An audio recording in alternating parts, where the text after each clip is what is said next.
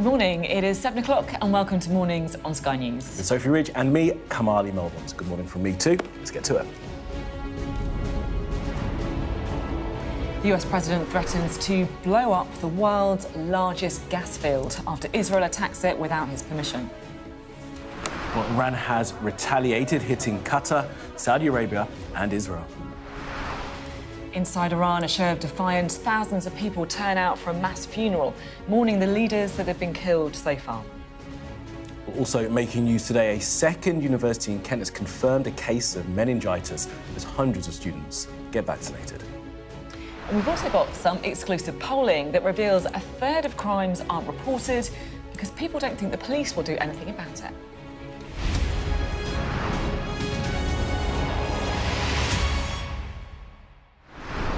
Hello, good morning and thank you for being with us. The US president has threatened to blow up the world's largest gas field. Donald Trump's comments on his social media site came after Iran hit Qatar's gas facilities, and that was in retaliation for an Israeli attack on part of Iran's South Pars field, the same field Trump now says he wants to destroy.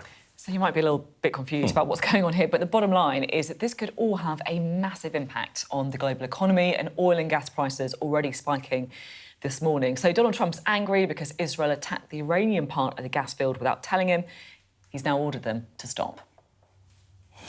Well, he posted on his social site that Israel, out of anger for what has taken place in the Middle East, has violently lashed out at a major facility known as the South Pars gas field in Iran.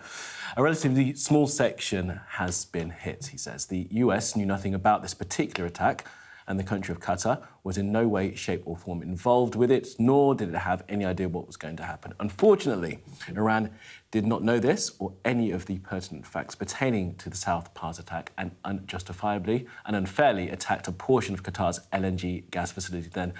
This part in all caps, no more attacks will be made by Israel, he says, pertaining to this extremely important and valuable field unless Iran unwisely decides to attack a very innocent, in this case, Qatar. And he goes on, in which instance, the United States of America, with or without the help or consent of Israel, will massively blow up the entirety of the South Pars field at an amount of strength and power that Iran has never seen or witnessed. I don't want to authorise this level of violence and destruction because of the long-term implications it will have on the future of Iran. But if Qatar's LNG is attacked again, I will not hesitate to do so. A long statement there from Trump on Truth Social. Extraordinary words from the President of the United States. Yeah, it really is. And this, I think, is an unprecedented phase that we could be entering into with this conflict. We just want to show you exactly what we're talking about here. So the red circle on your screen now is roughly where the world's largest gas field is. It's offshore. And as you can see, part of it is in Qatari territorial waters, known as the North Field, but the rest of it is in the gas field South Pars. That is in Iranian waters. It's also extraordinary that they share this field. Now, Qatar says the attacks on its facilities at Ras Laffan caused extensive damage and large fires which have now been put out. It's also expelled the Iranian embassy's military and security attachés. Well, let's take you through some of the other attacks that we've seen overnight. Iran carrying out some strikes in response to that Israeli attack.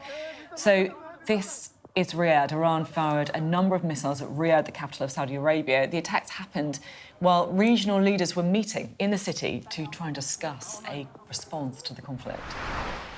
And at least 3 people are known to have been killed in the occupied West Bank in an Iranian attack there. 13 others were wounded in the town of Beit Awa. The Israeli military says that a cluster munition was used. And this is Tel Aviv. You can see a building damage there in an Iranian strike early this morning. Emergency services have been at the scene. No deaths have been reported.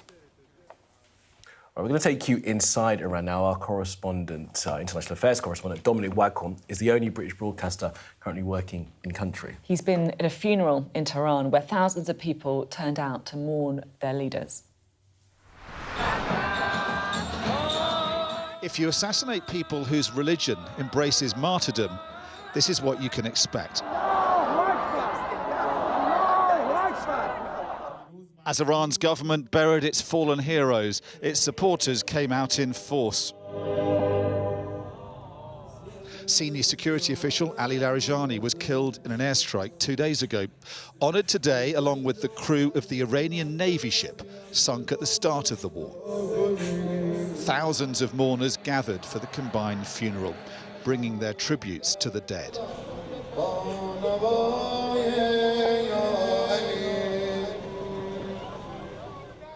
Mohammed and Hamadeh came with their family. The way our weak enemy martyred him shows its weakness and impotence, and the method of his killing was very unfair. It's not accepted anywhere in the world. The funeral came after another heavy night of attacks, drones and missiles duelling with air defences late into the night. In the same square as the funeral, there was an airstrike in daylight yesterday. This is an expression of grief and defiance in the heart of their bombarded capital. But as they say farewell to the latest group of senior leaders to be assassinated by their enemy, those left behind are left wondering what comes next in this war. These were some of the biggest crowds since the war began. As it loses leader after leader, Iran's government still wants to maintain a sense it can survive and outlast the enemy. Trump is humiliated, this propaganda poster says, alongside a picture of a blocked Strait of Hormuz. Trump, soon we will kill you, he says. Netanyahu is not our target anymore. Our target is you. You killed our children to mock us, and we will kill you to teach you a lesson in history. Teacher Safour Ahmed Beghi also had something to say to her country's enemies. What does your poster say here? It's a poet from Ferdowsi. It is said, if we are killed, all of us, one by one are killed, it's better than giving our country to the enemy. We saw some big protests against the government, didn't we, some weeks ago? Does that worry you that they don't want the government here? No, they are not so big. Most of the leaders of the protests are those who are supported and who give money from Israel and from America. As Israel and America seek regime change in Iran, its government can still muster this kind of support.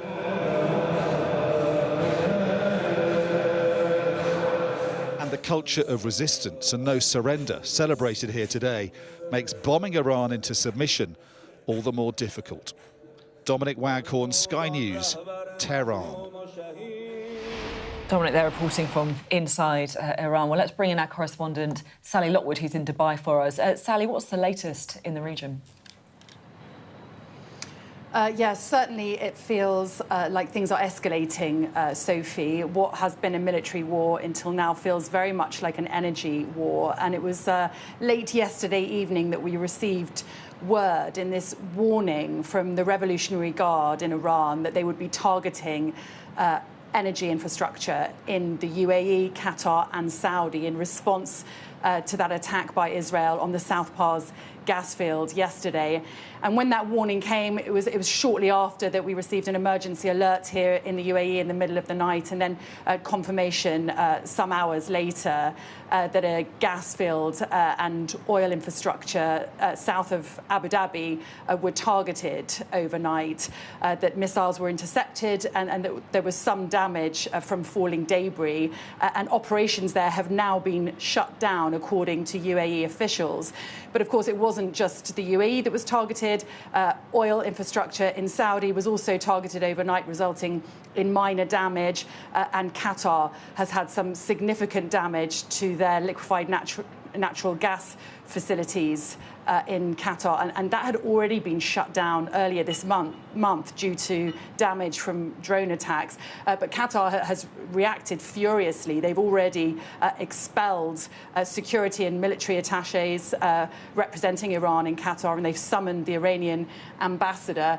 So we really are seeing, I would say, a significant escalation in terms of the sorts of events that are going on. It's no longer just about shipping and the disruption to oil supply. We're now seeing Iran target significant Gulf energy infrastructure, and Saudi Arabia has come out and said that they reserve the right to respond militarily to this. And I think, until now, Iran's Gulf neighbours have resisted getting involved militarily, but as soon as their oil infrastructure is directly targeted, as we see in these attacks, they're being dragged into this war, and it's much harder for them to remain neutral. OK, Sally, for now in Dubai, thank you very much. That, of course, more from Sally and our other correspondents in the region throughout the day. Now, the oil price has continued to go up, as unsurprisingly this morning, after what has happened. A barrel of Brent crude is the benchmark price, and that's gone up to just below $113. That is not much lower than the $118 it reached when the war began. Before the war, oil was about $72 a barrel. Massive rise in the cost of oil, and UK gas prices too have been on the rise for much of the last day.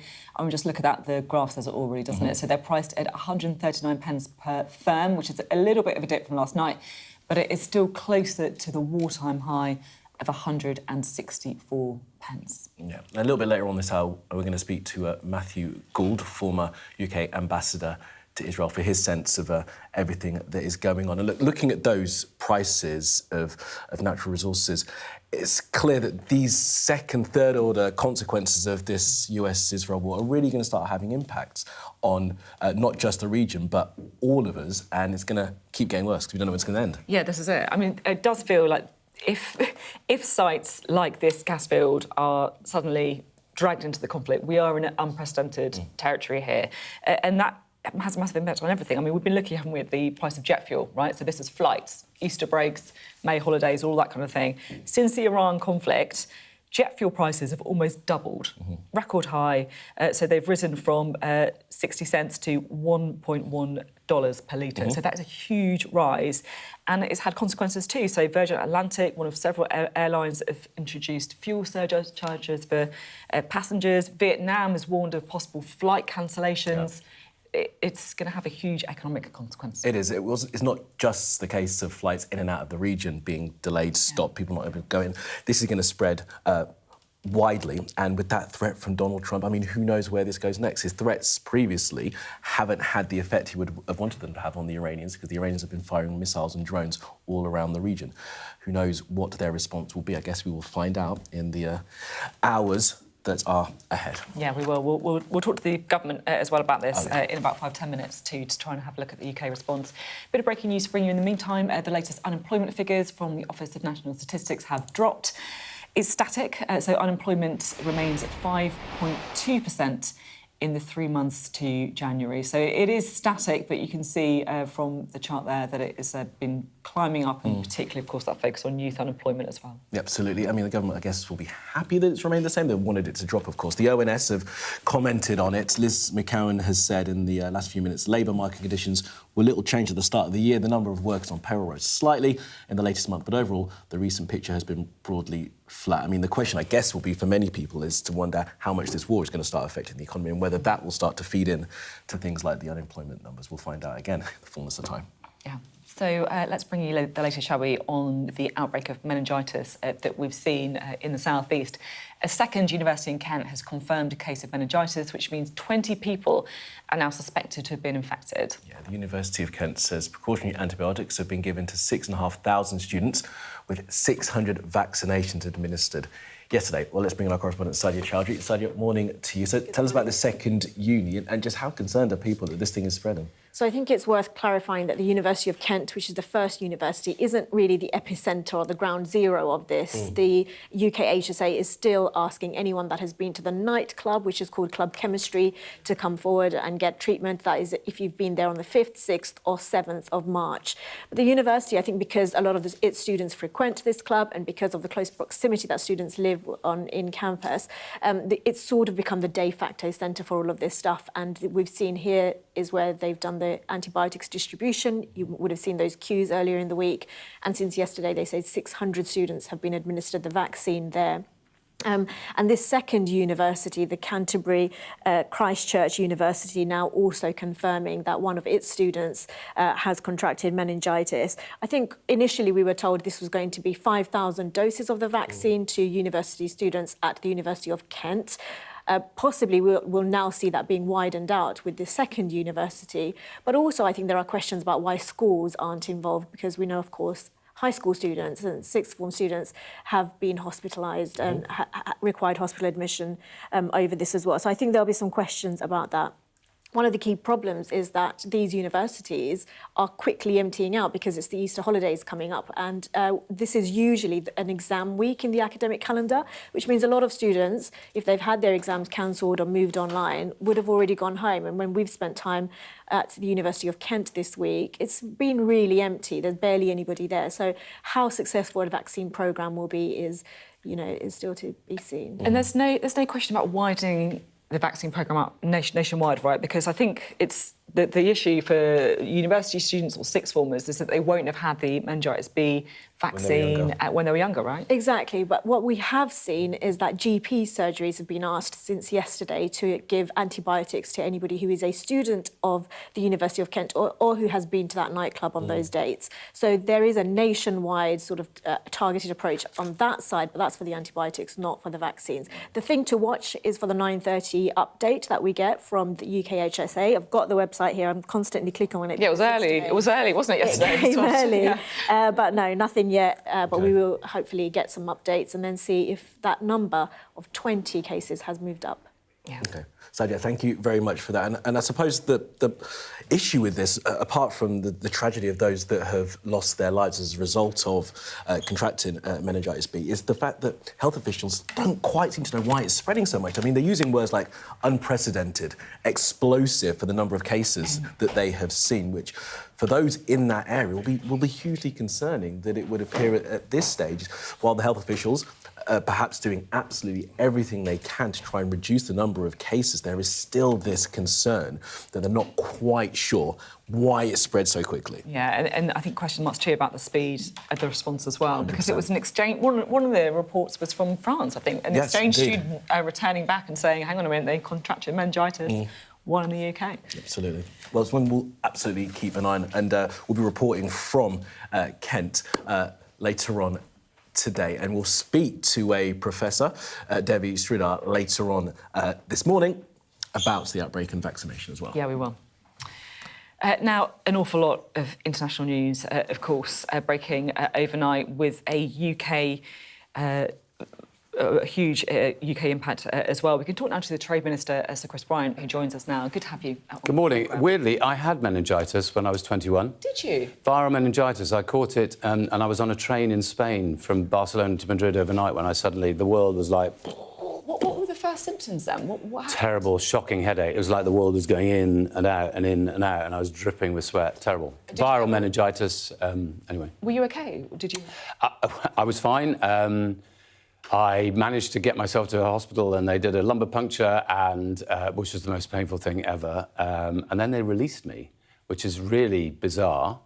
I managed to get my way back to the UK, shouldn't have flown at all. Went to the doctor and the doctor drove me himself to the hospital. So anyway, I was fine in the end. Yeah, that's good. But it's because it's all about the speed, isn't it? I suppose, like recognising the symptoms, because... Yes, and I think viral is different from bacterial. I mean, the good news is obviously that with bacterial meningitis, antibiotics are very effective, and I'm glad that it looks like we're getting on top of this. I mean, it is something that happens and everybody gets very frightened about it, and it is absolutely horrible, but, you know, there are quite a lot of cases every year. It's a fact. Yeah.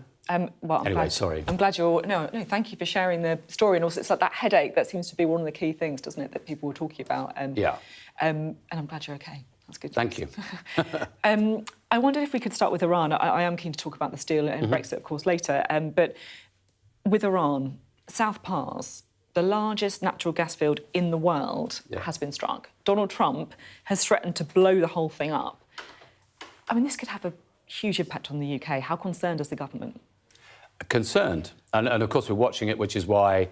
I mean, I've been in conversation over the last few days with my counterparts in the Gulf, Saudi Arabia, Bahrain, Qatar and the UAE. And in fact, yesterday, when I was having one conversation, there was an air raid warning, and the minister had to, leave the call and come back on a bit later. So, yes, we are very concerned. I mean, it makes the point to me that I'm glad that we have not entered into this, because... I mean, even Churchill said, beware, beware, beware. When you're going to go into a war, you've got to be aware that it doesn't necessarily always go your way, and you've got to have a plan. And the impact that this could have for world trade is very significant. That's why the Chancellor of the Exchequer and the Business Secretary has been meeting with all the different energy companies. It also makes a point to me about we in the UK need to make sure that we're not as reliant on oil and gas into the future as we have been historically. But look... Just on that, though, and I think I totally accept that it does validate the need for renewables and the focus on that. But many people would look at what's happening here and the spike in oil and gas prices and the international situation and think, we need to do both, don't we? Shouldn't we be focusing on renewables and the North Sea? Drilling in the North Sea wouldn't change the price of oil in the UK. I mean, no, but it would help or our gas, security, energy security. I'm not convinced by that, but the bigger point for me is there are several things that we can do now, and we are already doing. So, for instance, 1.7 million homes in the UK rely on heating oil. In particular in rural areas. I'm a Welsh MP. I know that affects lots of people in Wales, so I'm really proud that we've put additional money in to protect them because they're not protected by the price cap. Price cap, of course, lasts until June, and we're keeping everything under constant review. And in addition to that, we've been trying to say to all the oil and gas companies, look, I mean, it always feels as if the price goes up very quickly and then it never comes back down very quickly. So, you know, we're trying to make sure that people aren't taking advantage of this moment unfairly. And then people, of course, are looking at the price of fuel. And, you know, that's something that the Chancellor's already said she's going to keep under review before we get to the autumn. This is it. If you're thinking about people this morning, you know, filling up their car with petrol, looking at booking a flight, for example, and jet fuel has rocketed. Yeah. What's your message to them on how long this could go on for? Because I guess that is the worry, isn't it? Well, the single most important thing is that we try to put an end to this war. And, I mean, those are the conversations that, of course, we're having all the time with our allies around the world. Are we trying to tell America that they need to... We've said from the beginning that we should be de-escalating. You know, that is our main aim. And... I mean, one of my colleagues, counterparts, in the Gulf said yesterday, I don't know what they're doing. I simply don't know what they're doing. Do you know what they're doing? No. Do you know what they're doing? Does he know? Yeah. I mean, it seems very, very confusing. Do you think he went in with a plan? Well, I think one of the reasons that Keir Starmer was quite rightly, and I think he showed exceptional leadership at this point, was saying, look, first of all, we're not going to send British troops into a situation where they're not protected legally because there's no good legal argument for the war. Secondly, if you're going to do anything, you've got to have a plan. I mean, it just seems basic to me. Was there a plan? I don't think there was a plan. I mean, I said this the other day on another programme. It's OK, don't worry. You're not jealous. It's OK. But, no, it just doesn't feel like there's been a plan. Or if there is a plan, it's changing every single day. And, of course, I accept sometimes in war... Look, I'm no defender of the Iranian regime, but it seemed to me rather obvious that the first thing that they would do to retaliate would be to try to close the Straits of Hormuz. So you've got a big intervention today when it comes to steel, including high tariffs. It's quite Donald Trump, isn't it? It's not very Donald Trump. It's very, very specific. Look, I'm passionate about free trade, but it has to be fair trade. And if you've got artificially low prices, completely pricing us out of the market, pricing British steel out of the market, that is a problem for us because we need to have a sovereign capacity of steel in the UK. It's not just that we've got 40,000 jobs in the UK in this. It's that we want to make sure that we're able to build the homes that we want, the 1.5 million homes that we're committed to. We can put British steel into railways in other parts of the world. I was in Kyiv a few weeks ago. It was a great delight to see British steel in one of the bridges that's been rebuilt since the Russians... it was blown up when the Russians were trying to invade Kyiv. But look, in 1970, we produced 27.8 million tonnes of steel in the UK. In 2010, when the Labour government left office, we produced 9.7 million tonnes. And when the Tories left office, we produced 4 million tonnes. It means we're only providing 30% of the steel needs in the UK out of British-made steel. That's a disaster. We need to completely change this. And so our aim is to get to 50% of UK steel needs met by British Steel, and 50% of that, incidentally, I'm a proud Welshman again, will come out of Wales. It means we've got to transition, but it also means that we're going to cut the quota of the amount of steel that can come in on artificially unfair prices for the kinds of steel that we can already produce in the UK. And anything that comes in above that quota will meet a 50% tariff. It's very similar to what the European Union is doing. It's similar to what Canada's doing. We need to have a strong sector in the UK. Talking about the European Union, Sadiq Khan, Mayor of London, has given an interview today where he says that Labour should go into the election promising to rejoin the EU. So in other words, he says, because of the spiking oil prices, because of Donald Trump, the facts have changed, the evidence has changed, Parliament should rejoin the single market in this term and then go into the election, Labour promising to rejoin the EU. Well, I think we should be really ambitious about our relationship with the European Union. That's why I was in Brussels on Monday, Paris on Tuesday and The Hague yesterday, trying to make an argument about, for instance, there's a talk in the European Union at the moment about creating a new European preference, which would be extra support for made-in-Europe goods. And some people want that to be made in the European Union. We're trying to say, no, it needs to be made in Europe. What about... And we're winning the argument. You'll be delighted to hear. I am delighted to... Well, it's really important for the automotive sector. But just to go back to the question, should Labour go into the next election promising to rejoin the EU? You honestly think... I can see the smile on your face. You honestly think I'm going to sit here now and write the Labour manifesto for the next general election? Well, do you think it should be on the table? Should this be a discussion that is happening in Labour? I think we should be immensely ambitious about our relationship with the European Union. What does that mean? Well, I'm going to go to... I'm going to be very, very specific. So we're already doing a deal around SPS, which is food and agricultural goods, things like that. Floristry, incidentally. Did you know that 80% of flowers sold in the UK and all the flowers that everybody got on Mothering Sunday will have come from or through Amsterdam or the Netherlands. And if we can get to a cheaper deal, we might have the prices for next Mothering Sunday that they have in Belgium and in the Netherlands. So we're doing that a little bit, but I want us to do that. We want frictionless trade with every single part of every single sector. I'm not hearing you saying we should definitely not rejoin the EU, is what I'm not hearing. There was an awful lot of nots in that. I'm not sure whether I'm not in favour of saying something. I'm in favour of us having... You know what we were promised in the Brexit referendum, which incidentally was a pack of lies? We were promised frictionless trade. Give me frictionless trade, however you want it, and do it fast. OK. Chris Bryan, thank you very much indeed. Good to have you on the programme. Thank you. Coming up, we are going to be talking about the meningitis outbreak. Chris just talking there about how he contracted meningitis. We'll be talking about what we should be doing if you are at risk now with Professor Debbie Schroeder.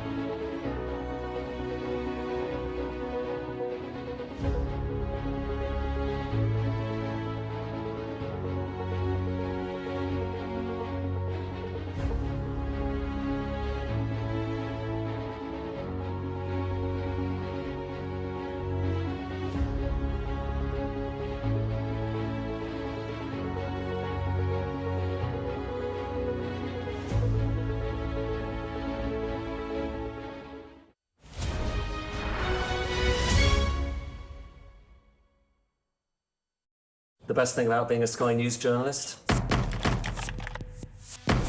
going to take you behind the scenes here for Election Night Live. They have gone up and up. Being a Sky News journalist. Ed Conway, Sky News, is anyone going to talk to us?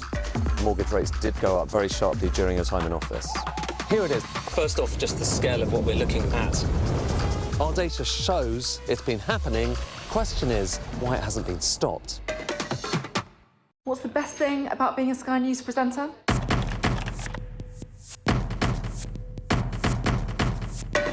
We've done the work and the reading, so you don't have to. Being a Sky News presenter. Hello and welcome. Westminster, the heart of British politics. I'm so sorry about what happened to you. So what on earth is going on? It's not true. Can I tell you what I think is really unusual? Mornings with Ridge and Frost. Let's crack on. Let's get started.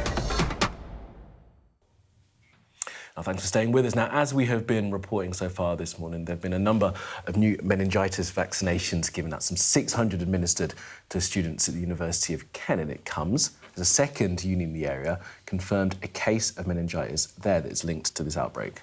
So the number of infections are rising. People are, of course, wondering what precautions they need to take. Do they need vaccines? Do they need antibiotics? We can bring in Professor Devi Shridhar, who is the Chair of Global Public Health at the University of Edinburgh. Great to have you here with us, Devi.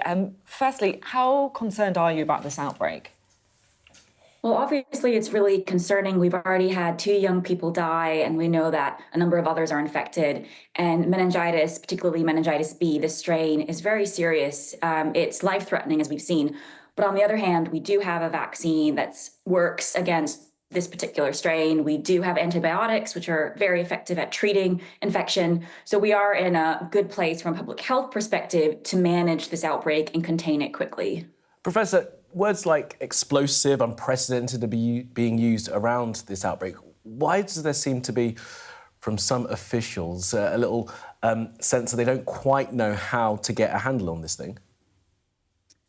So I think we have gone into a period of complacency. If you go back to the 1990s, meningitis cases were in, the thousands that we had across Britain. And then because of successful vaccination campaigns, particularly against meningitis, ACWY, those strains, during the COVID period, meningitis cases went down to a couple dozen. And since then, they've been steadily growing, 100, 200, 300.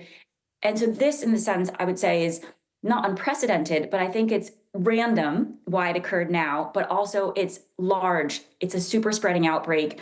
Very rarely do you see meningitis cases having this many linked to one event and so many people tracing back to having, gotten infected at a similar kind of party or nightclub. And so there, I think that's what's unprecedented, is to see a super spreading event for meningitis when we've used to be seeing individual cases and managing those in various hospitals across the country. Can I ask about what the advice is for people who are not in Kent? Because it's pretty clear, right? If you went to this nightclub, if you go to the University of Kent, if you're in the area, get the vaccine, get it antibiotics, precautionary if you need to. But what if you're a young person who didn't have the jab that covers meningitis B, but you're not in Kent? I mean, should you be trying to get the jab? What's the advice? Well, the challenge now is meningitis B vaccine. There are shortages, so it's very, very difficult or almost impossible, depending where you are in the country, to get it from a private pharmacy. And NHS stock right now is focused justifiably on those who are in close contact or in an exposure, link to that particular outbreak in Kent. So what I would say is to go back to how could you get infected by this and how would you know if you are? This spreads largely through saliva. The bacteria lives in the throat. So it's things such as sharing food, sharing vapes, anything with saliva, coughing, sneezing, and very close contact. And so I think they're thinking very carefully about your hygiene, especially if you're a university student or in secondary school and you're kind of social mixing just for this period till we know it's all contained. It looks likely, but we're still waiting to see in the next week or so if new cases arise and if they're linked to that original outbreak. The other thing I'd say is that the symptoms come on very, very quickly, and they are a high fever, stiff neck, a rash that doesn't go away even when you press a glass on it, as well as a very severe headache. And if you have those, to err on the side of being more, active, going to see a medical professional, not staying at home thinking, oh, could this be the flu? Will I get better? Actually going forward and saying, I've got these symptoms, so being more sensitive to any kind of changes in yourself or your loved one's behavior. Because the problem with this is this particular disease is you get sick very quickly. So within a few hours of thinking, I'm not feeling great, you could go into, I'm too sick to call anyone for help, I'm too sick even to call an ambulance. And that's when people become severely ill and potentially can die. Yeah, that is really concerning, Sophie. You have got the symptoms, you need to seek that medical advice. Look, Sophie mentioned, Professor, that some of these students weren't part of the scheduled vaccination programme because of when they were born. How often do we need to start looking at the schedules for vaccinations when things like this pop up? You said that we've gone into sort of a period of complacency because, you know, we got so good at being able to deal with meningitis, but now do we need to think again about how we're vaccinating people? Yeah, I think right now you will see a reevaluation of actually, you know, do we offer this vaccine across Britain and why? The logic that JCVI uses, this is the body that decides what vaccines are offered by the NHS, is first, what is the risk in the population of people getting sick from this? And additionally, what is the cost? So what is the cost of the vaccine versus the health benefit? Given the NHS budget is so stretched, they have to make decisions over what is provided and what is not, which is very different to the private market where, meningitis B vaccines have been available to go and buy for years. But again, that's a private decision and not one for the NHS. What I think has changed is where, the meningitis strains are focusing on. ACWY, which were the concern in the 1990s, have now declined in a number of cases. And that is what is provided as the standard vaccination that teenagers are getting against those strains. Meningitis B, as you've said, has only been provided to babies born after 2015. And so now I think there's a reevaluation saying, given that a number of the new meningitis cases that are arising in young people are actually B, a different strain, do we need to introduce that vaccine as well in the school age years, teenage years before university? And I'm pretty sure we will see a shift on that in the next 6 months to a year. Debbie, thank you very much indeed. Debbie Schroeder there talking about the importance of getting on top of that meningitis. Absolutely right. Really important information there from the Professor, as always. Now, a third of all crimes aren't being reported to police, and the reason is people don't think anything will be done about them. Now, YouGov has spoken to more than 500 officers, 1,500 victims and the general public to explore the state of policing across England and Wales. Well, Sky's Jason Farrell joined officers on the beats in Swindon to find out more. But the shoplifting is terrible. I've had my purse stolen from my car. I've had someone pull a knife on me outside the shop. Could you ever feel like you're putting yourself at risk? In a way, yes. This comes with a job as well, but this is what I've signed up for. People feel that crime is rising and that too often criminals get away with it. In the first survey of its kind, a national YouGov poll for Sky News reveals public concerns about how crime is policed, the experiences of victims, but it also asks what police officers think themselves. The public is mostly confident the police investigate major crimes such as violence and sexual offences. But confidence plummets to just 14% when it comes to lesser crimes like shoplifting. They mostly trust ordinary police officers, but have less faith in their bosses. Hello, you okay, Kev? You guys all right? OK, mind your language. We shouldn't be saying that. There's a sense in this survey and in the street that things are going wrong. It's all right, no worries. But you don't mind that if someone just uses foul language? No. Yeah. No, because I know him for years, and I have that relationship with him. I know he's not in a good mood, so it is what it is.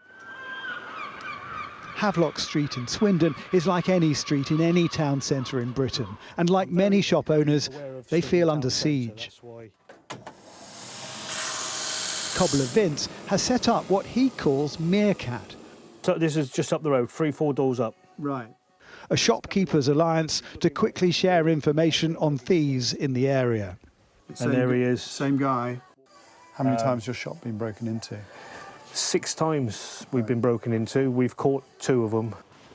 Victims' experiences support the general sense of despair that too often crime goes unpunished. And of course, you can watch the full report from Jason there by scanning that QR code. Extraordinary QR code, not card. Extraordinary reporting there. I thought that bit with the police officer where she was sworn at was just kind of indicative of some of the problem here. I mean, she says it is what it is, but I can't imagine a time when a police officer would allow someone to swear at them on the street while they're walking with camera crews and journalists, and it just be something that is brushed off. Yeah, and I think it gets to this heart of, you know, a lot of the crime stats show that crime is falling, violent crime, murder, etc. But there is this sense among many people that that's not their experience, right? And I think it's because of these lower level crimes, whether it's fare dodging, whether it's phone snatching, just feeling like that's happening all the time, and it's very visible. You can see it, you can see people shoplifting, you can see nothing being done about it. Yes, it's really concerning. And many people probably know someone that's been a victim of that kind of low-level crime. I've had bikes stolen myself, so people know and they sense it, and they don't often see things changing, or at least the investigation be done, and then getting their stuff back in those instances. Well, look, we're going to be speaking to Jason about that later, as well as our Deputy Political Editor,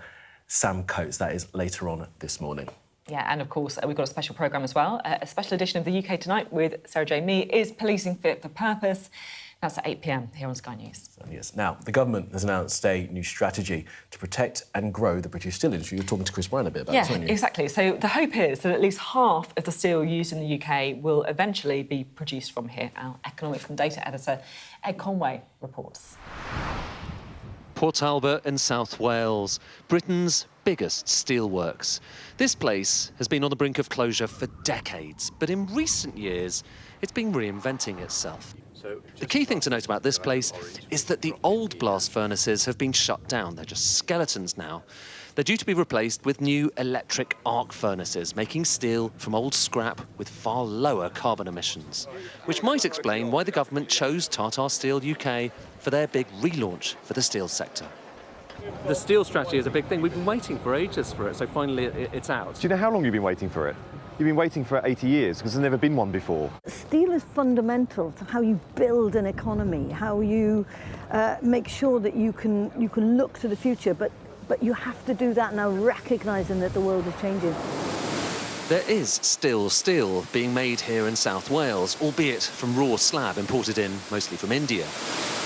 That is currently about 1,000 degrees C, and that steel will eventually go off to become, well, all sorts of things, part of cars, engineering, construction, even tin cans. But there's a pretty damning fact at the heart of the steel strategy, which is that of all the steel we consume in this country, only 30%, a third, is actually made in the UK. The rest is imported. The idea is try to raise that from 30% to 50% UK made.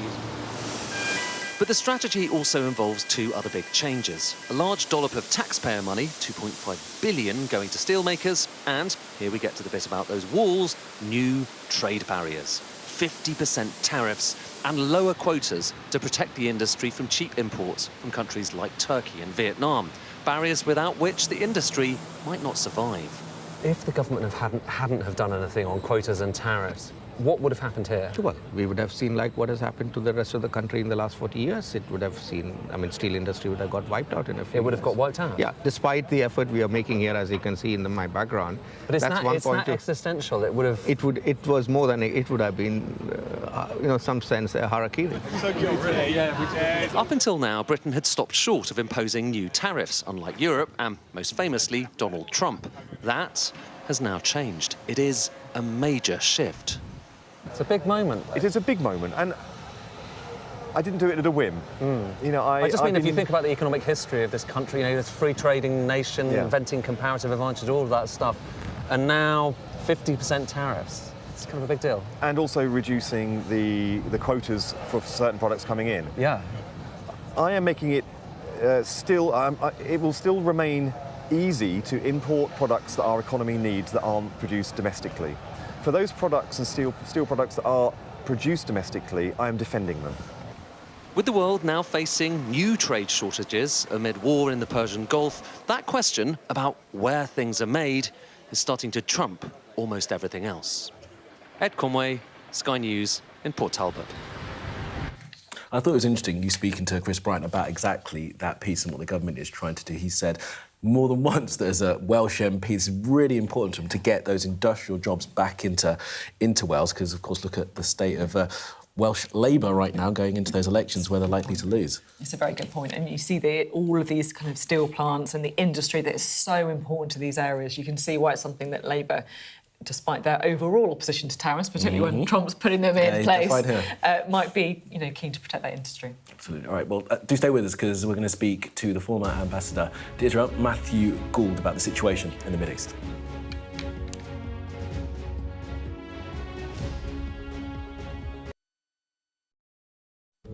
I'm Cordelia Lynch, Sky's Asia correspondent, based here in Bangkok. These slums, once gripped by fear and death. There is far less bloodshed now, but it hasn't gone away.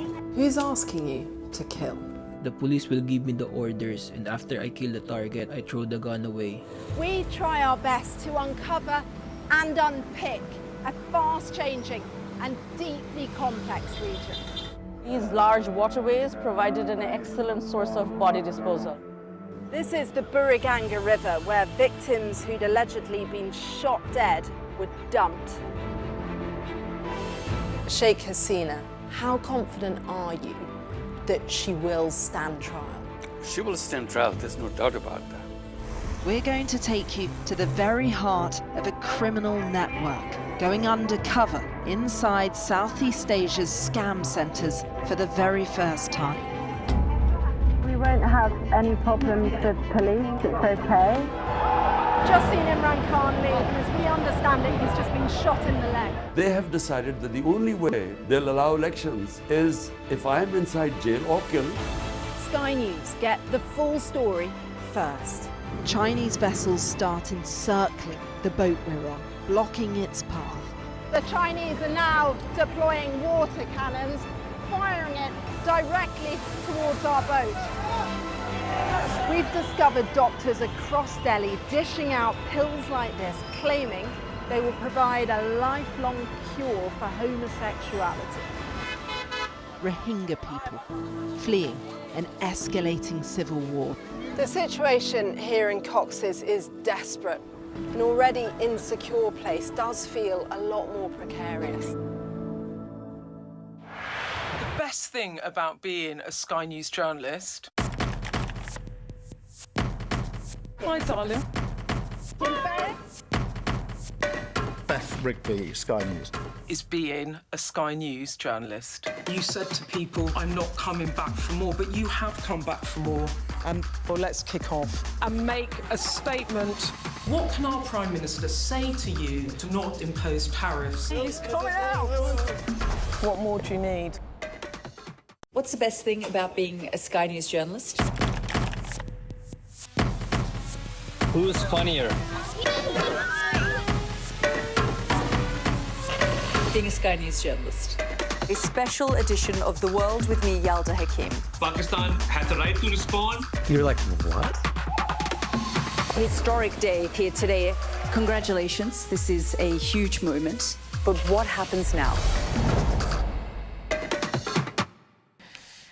To bring you back to the escalating conflicts in the Middle East and the war in Iran spilling out into the region, Sky's data and forensics team have been investigating the escalation of Israel's activities in southern Lebanon in recent years, which includes the latest tactics used. Leading human rights groups and lawyers have said could be war crimes. Here's a snippet of that investigation by our correspondent, Alex Crawford. Israel's war on Hezbollah in Lebanon is ramping up, with hundreds of airstrikes, including sending ground troops inside Lebanese territory. And the militant group which supports Iran is continuing to fire rockets into northern Israel. Lebanon is now coping with mass displacement and a rising number of casualties, dead and injured.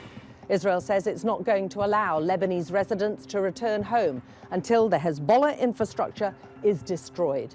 So what exactly is Israel doing? How is the war impacting the people of Lebanon? And how legal is any of this? Sky News has been documenting the Israeli military buildup and evacuations in southern Lebanon since October 2023. But since the US and Israel launched their assault on Iran, the Israeli offensive in Lebanon has increased significantly. In little more than 2 weeks, more than 900 people have been killed and in excess of 1 million displaced. And as the Iran war entered its third week, Israel began a ground offensive in Lebanese territory. The IDF has begun a ground maneuver in Lebanon in order to remove threats and protect the residents of the Galilee in the north. We've used satellite imagery, verified videos, eyewitness reporting on the ground. How we will be safe and there is an enemy in our border. Plus attack and displacement data. We've tracked how Israel's campaign in southern Lebanon is unfolding and their use of tactics which human rights groups and lawyers believe could be war crimes. Israel has justified its actions by saying it is fighting a terror group, and Hezbollah will pay a heavy price for its aggression and activity in the Iranian access to destroy Israel. And you can watch Alex's full report on YouTube or by scanning that QR code that you see on screen right now. Now, we're going to stay with the situation in the Middle East. I'm pleased to say we can now speak to the former UK ambassador to Israel. Michael, you're also ambassador to Iran for a short period. I was deputy then acting ambassador in Iran. We're going to come on to Iran first, but just on the back of what we heard from Alex in that reporting there, this war widening, former Israeli Prime Minister Ehud Olmert has said that he doesn't understand why this is happening now, why this Israeli government is currently doing this. How concerned are you about the situation in Lebanon, first of all, with the Israelis? Well, it is a concern, and, I mean, obviously there's a lot of history of Israel mounting ground operations in Lebanon that lead to long, protracted conflicts. But I think, I mean, to understand the rationale that will be in Netanyahu's head, he sees the threat from Iran from all directions. So he sees, obviously, the threat from the Iranian nuclear program and from Iran itself, but he also sees Hezbollah and Hamas primarily as Iranian proxies. So from where he's sitting, he will think that ground operation in Lebanon is just part of the same operation that he's being conducted against Iran. And what is the plan here, then? We heard a little bit from Chris Bryant there suggesting that he doesn't think Donald Trump really has a plan for this. You've elucidated some of what you think the Israeli plan is. What do you think the end goal is of the Israeli government right now in this war? Well, I think Netanyahu is trying to do several things. I mean, number one, most importantly, will be to take out the Iranian nuclear program. Right. Bibi's been talking about this since the 1980s. And he thinks it's existential for Israel. Secondly, he'll want to take out the Iranian ballistic missile program, which is the means of delivering nuclear weapons. Thirdly, he'll want to take out Iran's proxies, so, I mean, Hamas and Hezbollah. And then fourthly, he will want to make sure that this threat doesn't re-emerge in a few months or years' time. So he will want to see the Iranian regime fall, not particularly because he's worried about democracy in Iran, but because he profoundly believes that the Iranian regime is a threat to Israel. That regime that has called for death to Israel throughout its history. But on the nuclear piece, some 400 kilos of enriched uranium up to 60% is somewhere in Iran, perhaps beneath rubble. To get hold of that, to stop that being a factor, you'd have to go and get it, wouldn't you? Protect it. I mean, would Israel send in troops? Could it even do that? So, look, I'm not a military strategist. I don't know what the Israelis are planning. But, I mean, I think it's clear that they're working through all the options. I don't know whether Trump has a plan, but Bibi certainly will have had a plan. He'll have gamed it through. He'll be talking sort of really closely to his military commanders, his intelligence leaders. They will have worked out exactly what they need to be doing. Right. Let's talk about what we heard overnight from the president, this threat to blow up the South Pars gas field. I mean, first, just your reaction to seeing the President of the United States write that on social media. Yeah, I mean, it's really worrying. A threat Dramatic, to a threat to blow up the South Pars gas field. I mean, I don't know how the markets are going to react, but it's a hell of a thing. And I mean, I think now we're at an interesting point in the conflict.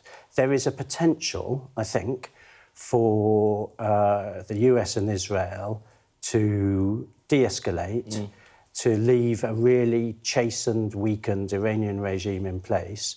And actually, for what's happened over the last few weeks, for all the instability it's caused, to create a more long-term stable region. My worry is, if it goes on, if the collateral damage gets higher and higher, if the economic damage gets higher and higher, instead of being a military action that makes the region more stable, it'll actually create long-term instability. Give us a sense from the view from around. We've got Dominic Waghorn and team in country at the moment reporting, doing some excellent reporting, seeing what it's like on the streets of Tehran from your perspective. How are the Iranians viewing this? And give us a view through how they're viewing the Brits. I've seen that you've written that many Iranians think about the hand of the British in all of the things that's happened to them over the past 47 years.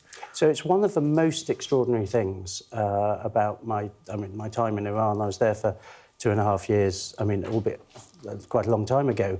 But there is very deep in the Iranian psyche a belief that Britain is secretly behind everything that's going on. There is an expression that if you lifted up the beard of Ayatollah Khomeini, the father of the Islamic Revolution, you'd see "Made in England" written there. And so, though it may seem really strange sitting here, there is this sort of profound sense that the Brits are behind what's going on. Well, that is because of sort of over 100 years of Brits actually meddling in Iran, changing leadership when they wanted to, over oil and stuff. So I suppose for the Iranians, that has a basis in historical fact for them, doesn't it? Absolutely. It's not without foundation. We spent, as you say, over 100 years meddling in Iranian affairs, changing the government, getting rid of the previous royal family and installing the Pahlavis, then getting rid of Reza Pahlavi's father and installing Reza Pahlavi. So it's not for nothing that the Iranians think that we may still be meddling. And what's the British role now, do you think, going forward? So it's obviously a sort of really important question. I think we need to know, first of all, what side we're on. So, if we have two of our closest allies in a conflict with a regime which we ourselves have described as supporting terrorism, trying to develop a nuclear weapon and so forth, I think fundamentally we need to make sure we're on the right side. I think we can play a role helping to de-escalate the crisis. I think we can play a role helping ensure the region stays safe. I think also run out of time, but thank you very much for being with us. Great to get your expertise on this matter. Thank you so much. And there's plenty more to come at the top of the next hour.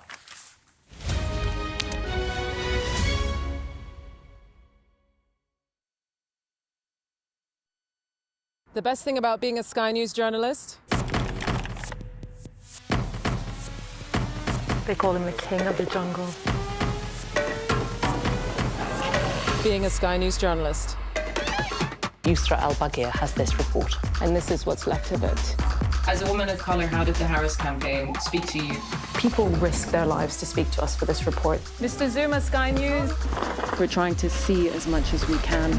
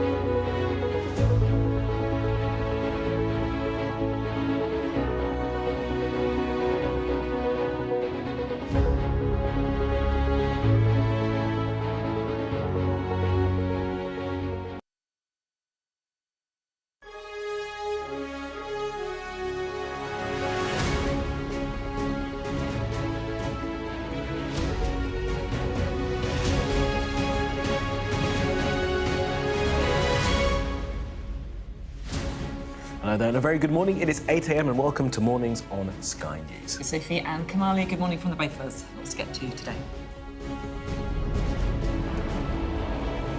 The US president threatens to blow up the world's largest gas field after Israel attacks it without his permission. Well, Iran retaliated against the Israeli strike, hitting Qatar, Saudi Arabia and Israel itself. Oil and gas prices are already spiking. Brent crude is currently trading at $113 a barrel. We'll also be talking about the outbreak of meningitis. A second university in Kent confirms a case as hundreds of students get vaccinated. And we've got some exclusive polling revealing a third of crimes are not being reported because people don't think the police will do anything.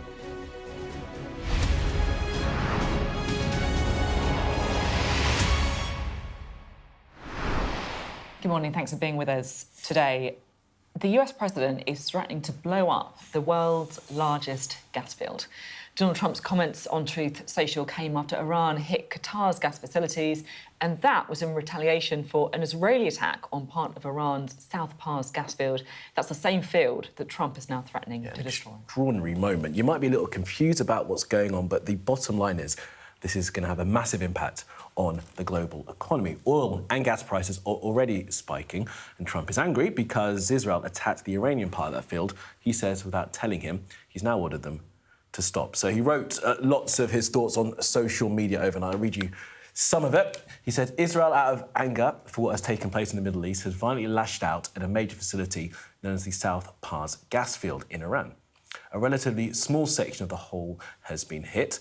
The United States knew nothing about this particular attack, and the country of Qatar was in no way, shape or form involved with it, nor did it have any idea what is going on, or was going to happen, sorry. Unfortunately, Iran did not know this or any of the pertinent facts pertaining to the South Pars attack and unjustifiably and unfairly attacked a portion of Qatar's LNG gas facility. He then goes into all caps, no more attacks will be made by Israel pertaining to this extremely important and valuable South Pars field. So a lot of words from Donald Trump there. So many words. But look, this is really, really important. It could be an unprecedented moment in the war if this gas field does get sucked into the conflict. And just to show you exactly what we're talking about here. So the red circle is roughly where the world's largest gas field is. Now, offshore, as you can see. Part of it is in Qatari territorial waters, known as the North Field. The rest of it, though, South Pars, is in Iranian waters. Yeah, now, Qatar has said that the attacks on its facilities at Ras Laffan caused extensive damage and large fires which they say have now been put out. But it's also expelled the Iranian embassy's military and security attachés, and it stopped pumping LNG from those facilities. So let's look at how the markets are reacting to this. This is the oil price, which has continued to rise this morning after those strikes. A barrel of Brent crude, the benchmark, now costs $113 a barrel, slightly down on its highest point when the war began. Yeah, so before the war, though, oil cost around 72 per barrel, so it gives you a sense of just how much it has spiked. UK gas prices as well have been on the rise for most of the last day. Currently priced at 139 pence per therm. That's a bit of a dip from last night, but it's still closer to the wartime high of 164 pence. So these are big rises. They're rises that are going to impact all of us. If you're thinking about, booking a holiday, jet fuel prices up, if you're filling your car up with petrol, all of these things have a knock-on effect. Absolutely. And I know there's a guy who normally sits next to you that would look at that chart and see that spike extraordinary because it just shows just how high it's gone up, and it's maintained that place.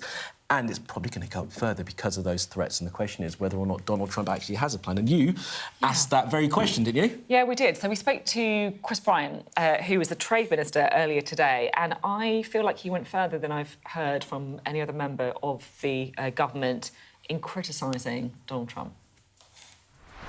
One of my colleagues, counterparts, in the Gulf said to me yesterday, I don't know what they're doing. I simply don't know what they're doing. Do you know what they're doing? No. Do you know what they're doing? Does he know? Yeah. I mean, it seems very, very confusing. Do you think he went in with a plan? Well, I think one of the reasons that Keir Starmer was quite rightly, and I think he showed exceptional leadership at this point, was saying, look, first of all, we're not going to send British troops into a situation where they're not protected legally because there's no good legal argument for the war. Secondly, if you're going to do anything, you've got to have a plan. I mean, it just seems basic to me. Was there a plan? I don't think there was a plan.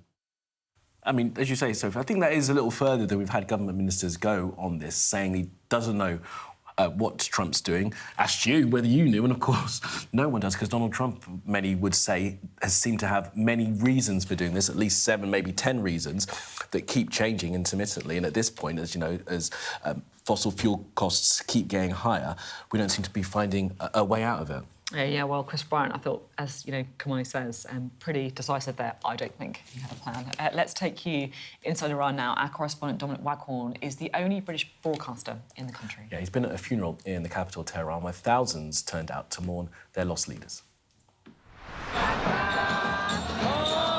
If you assassinate people whose religion embraces martyrdom, this is what you can expect. As Iran's government buried its fallen heroes, its supporters came out in force. Senior security official Ali Larijani was killed in an airstrike 2 days ago.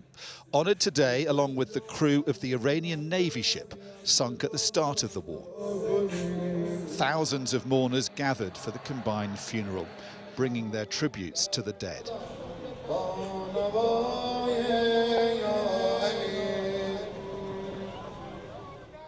Mohammed and Hamadeh came with their family. The way our weak enemy martyred him shows its weakness and impotence, and the method of his killing was very unfair. It's not accepted anywhere in the world. The funeral came after another heavy night of attacks, drones and missiles dueling with air defences late into the night. In the same square as the funeral, there was an airstrike in daylight yesterday. This is an expression of grief and defiance in the heart of their bombarded capital. But as they say farewell to the latest group of senior leaders to be assassinated by their enemy, those left behind are left wondering what comes next in this war. These were some of the biggest crowds since the war began. As it loses leader after leader, Iran's government still wants to maintain a sense it can survive and outlast the enemy. Trump is humiliated, this propaganda poster says, alongside a picture of a blocked Strait of Hormuz. Trump, soon we will kill you, he says. Netanyahu is not our target anymore. Our target is you. You killed our children to mock us, and we will kill you to teach you a lesson in history. Teacher Safour Ahmed Beghi also had something to say to her country's enemies. What does your poster say here? It's a poet from Ferdowsi. It is said, if we are killed, all of us, one by one are killed, it's better than giving our country to the enemy. We saw some big protests against the government, didn't we, some weeks ago? Does that worry you that they don't want the government here? No, they are not so big. Most of the leaders of the protests are those who are supported and who give money from Israel and from America. As Israel and America seek regime change in Iran, its government can still muster this kind of support.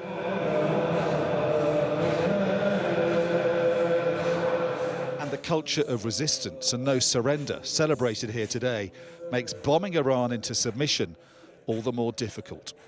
Dominic Waghorn, Sky News, Tehran. Right, let's go to Dubai now and bring in our correspondent, Sally Lockwood. Sally, morning to you. So just give us a sense of the situation there right now and the region more broadly after that extraordinary threat from Donald Trump to blow up the world's largest gas field. Yeah, good morning to you both, Kamali. There's big threats coming from both sides, and certainly the last 12 to 24 hours have felt escalatory in this region after the South Pars gas field was hit by Israel yesterday. The IRGC, the Revolutionary Guard in Iran, sent out a threat to target oil and gas infrastructure in the Gulf, specifically naming targets here in the UAE. in Saudi Arabia and in Qatar. And shortly after that, in the early hours of this morning, we received emergency alerts for incoming missiles on our mobile phones, and a few hours later, confirmation from UAE officials that missiles had been intercepted, but that gas facilities and an oil field south of Abu Dhabi had been damaged by falling debris in the night, and operations there have now been shut down. In Qatar, significant damage has been sustained to their liquefied natural gas facilities there, and they had already been shut down at the beginning of March, I think the 2nd of March, due to damage caused by drone attacks.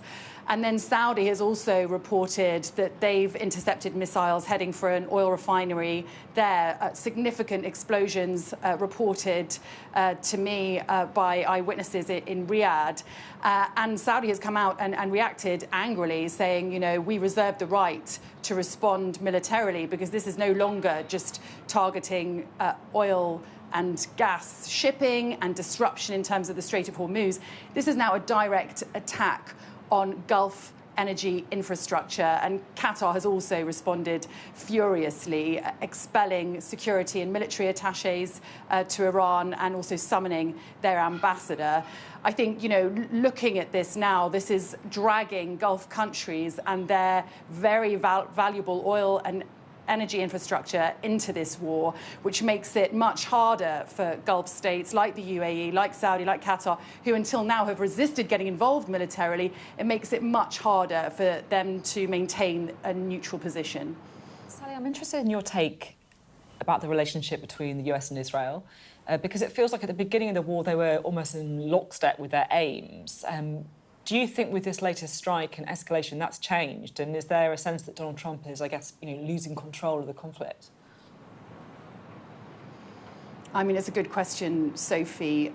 We've seen Israel act. I mean, when you look at what happened last year with that strike on the Hamas residents in Doha, you know, America did not seem happy about that at all. It was quite unclear whether they'd been involved in that decision or even how much warning they were given. And then we're seeing sort of a similar dynamic play out after the South Pars gas field was hit yesterday. Donald Trump coming out, mixed messaging about whether America supported it, knew about it, and he said, you know, he doesn't want to see Iranian energy infrastructure targeted again. But then in the same breath on social media, he's warning that they will, you know, obliterate it if Qatari energy infrastructure is targeted again. I think it feels mixed reporting, mixed messaging coming from Washington, but very important messaging in terms of the direction of travel in this war. It certainly feels escalatory. And, you know, if you look at, you know, what we've seen unfold in the last 2.5 weeks, the way the Strait of Hormuz has become a battleground, that's already had a huge impact on energy markets, caused so much concern. But to now drag energy infrastructure in Gulf states into this war, it is, you know, something that I think no one wanted to see happen, but it does suggest that it's moving in a direction that Gulf states won't want to see, and certainly it won't necessarily be the market shock that analysts were fearing. It could be far worse. All right, Sally, for now, thank you so much for that. More from you and team, of course, throughout the day. I don't think we should walk past as well sort of that point that Sally's making there, that these Gulf states that have been hit for the entirety of this war, passively, not responding to those strikes at this stage now. You know, they said quite clearly that the US cannot fly sorties from their territory that they hoped would mean that the Iranians would hit them. The Iranians continue to do so. Now the Iranians threatening their critical infrastructure. There'll be pressure within those countries as well for a response, surely. So we may well see, as Sally says, just an escalation of this war. And these are the second, third, fourth order consequences once you start a war that you probably don't quite appreciate sometimes. Yes, completely right. It really is. We're going to bring you a domestic story next, because a second university in Kent has confirmed a case of meningitis, and that means 20 people in total are now suspected to have been infected in this outbreak. Yeah, now, one of the epicenters of this, or at least where many of the students were, is the University of Kent. They have been giving antibiotics to some of their 6,500 students, with 600 vaccinations administered yesterday. Now, our correspondent, Sadia Chowdhury, is here for more on this. And Sadia, I say the epicentre there is the university. It's not actually, it's the nightclub, which is the main place where this began, the University of Kent, where many of the students go. Yes, of course. So the nightclub is called Club Chemistry. The UK HSA is still urging anyone who has been to that nightclub on the 5th, 6th or 7th of March to come forward and get treatment. But the university has become sort of the hub of activity because many of its students frequent the club, but also a university is a place where students are in good, close proximity with each other most of the time. Of course, when we've been there this week, it's kind of emptied out because of the Easter holidays coming up, but also because the university has, as a result of this outbreak, cancelled or taken its exams online. So this being exam week means a lot of the students have gone. This is the University of Kent, where all of this is happening. We've seen a antibiotics distribution site set up there, and now this vaccine program being rolled out for their students. But as you say, a second university now also saying one of its students has contracted the disease at Canterbury Christchurch University, which is also in Kent. And so there will be now questions, no doubt, about whether this vaccine program needs to be widened out to include that university, but also schools as well in that area, because we know, of course, sixth form students have also had to receive hospital treatment. Mm-hmm. It's been interesting because, you know, you listen to some of the experts that we've spoken to on the programme, and they are saying that the thing that's alarming here was such a super spreader event. And I keep hearing about vapes, you know, the health secretary and the various expert, because it's obviously spread through saliva, and whether sharing vapes is changing the way that this is spread. I mean, when I was a young person, it was known as, you know, the kind of kissing disease, right? Absolutely. But I feel like, you know, vaping is so much more common now, and sharing vapes as well in a way that you wouldn't necessarily. Exactly. You know, we don't know if that was drinks. exactly what it was, but I think people's habits will start to change now following this outbreak. Yeah. Absolutely. All right, Sadia, appreciate that. Thank you so much. And we're going to get some more on the outbreak. We're going to speak to Professor Susan Astley-Theosadias, who's launched a campaign after her son Alex died of bacterial meningitis at the age of 25. Now, we're going to go back to the Middle East now, following the most recent strikes by both the Iranians and the Israelis. We're going to go to Kyiv, though, where we can speak to the leader of the Norwegian Refugee Council, Jan Egeland, who was there. We're going to speak to him about the situation in Ukraine, of course, and the situation in the Middle East. Jan Egeland, always good to speak with you. Thank you so much for joining us. If you won't mind, I just want to talk to you first about the news of the day and this sort of threat by Donald Trump to strike the South Pars gas field. You're as an organisation that works with people displaced as a result of war. People have been displaced in Lebanon, people, of course, displaced in Iran too. What's the need in the region for those that have been displaced by the fighting right now? Well, yeah, we're massively on the ground, both in Lebanon, where our staff are fleeing with the population because the bombardment is so intense. And it's not proportional at all. There is not the precaution, nor the distinction between military and civilian targets, as there should be under humanitarian law. In Iran, we have 110 colleagues on the ground. There are very few organizations in Iran where it's hard to operate there. But we're scaling up now because both there are millions of internally displaced Iranians for the first time in recent memory, on top of 4.5 million Afghan refugees in Iran, and it's not understood the effect on the civilian population of this air campaign. But let me just take you back to what you said about Lebanon and the bombing campaign there. Just be really clear about what you're suggesting in terms of the strikes. So we've had these evacuation orders put in place. Are you saying that the bombing campaign is going further than international law would allow? Absolutely. I mean, you cannot have this kind of an intense bombardment. Thousands of impacts in a heavily populated area where nobody knows where the mothers and children and the families are fleeing. It seems they're also bombarding places where the Shia Muslim civilians, again, women and children primarily, seek refuge. It is unheard of, this kind of a campaign. Of course, Hezbollah and Iran are sending missiles indiscriminately against Israel and against the Gulf countries in the case of Iran, but it doesn't justify the kind of intense with Western arms campaigns on civilians in Lebanon and Iran. Last question on the Middle East before I move to Ukraine, Mr. Egeland. You said that you have some people on the ground in Iran. There's internally displaced, but many people in Iran are escaping across the border into Turkey. What work is being done there on the Turkish border to make sure that those displaced have somewhere to be? Yeah, in Turkey, there is more of a preparedness, really. So far, not that many. I fear many more will come later on if this continues. Many are also fleeing into Afghanistan. And it's pretty bad if people flee back into war-torn Afghanistan.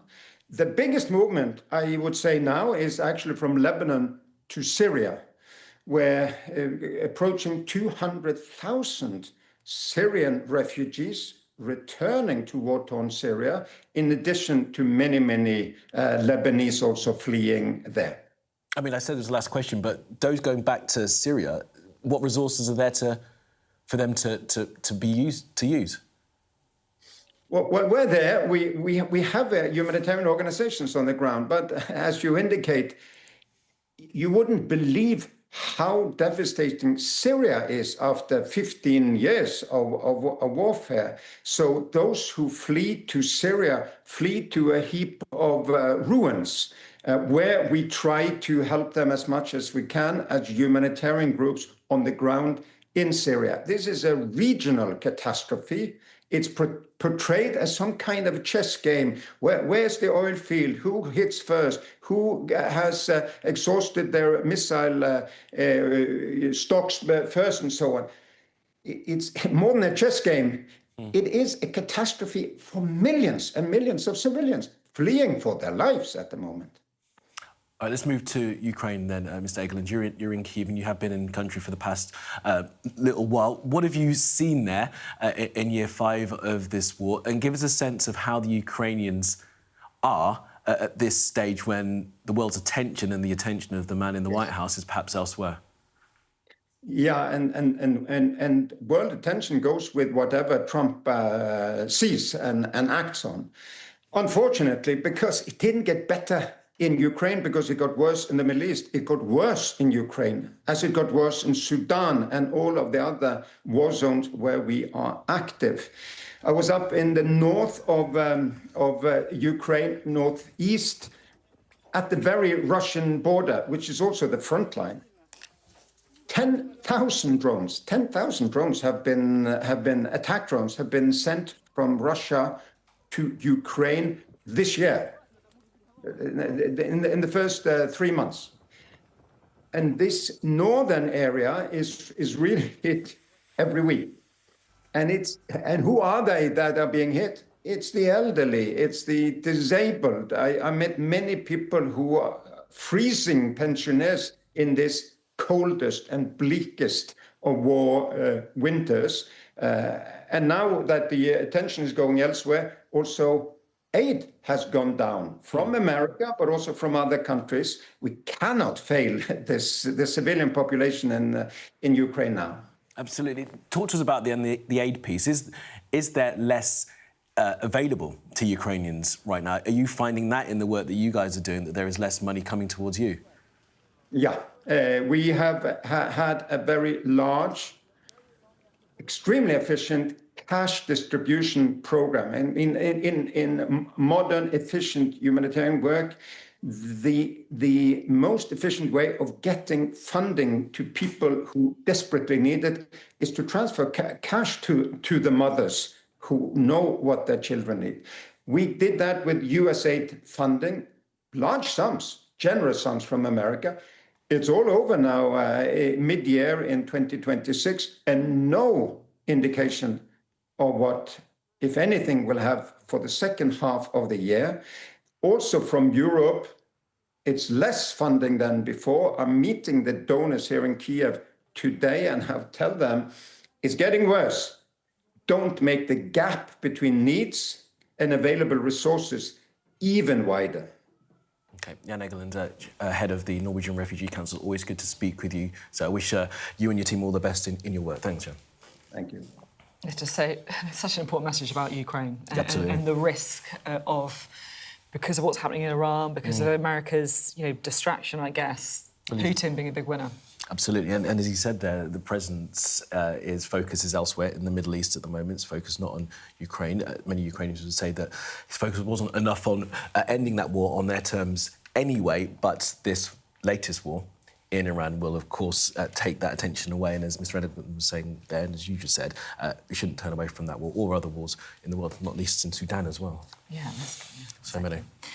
We are going to be talking about a domestic story next, crime in particular, because a third of crimes aren't being reported to police. And the reason is because people simply don't think that if they do, it will make any difference at all. YouGov's spoken to more than 500 officers, 1,500 victims and the general public to explore the state of policing across England and Wales. Yeah, our Deputy Political Editor, Sam Coates, has been taking a more in-depth look at the numbers.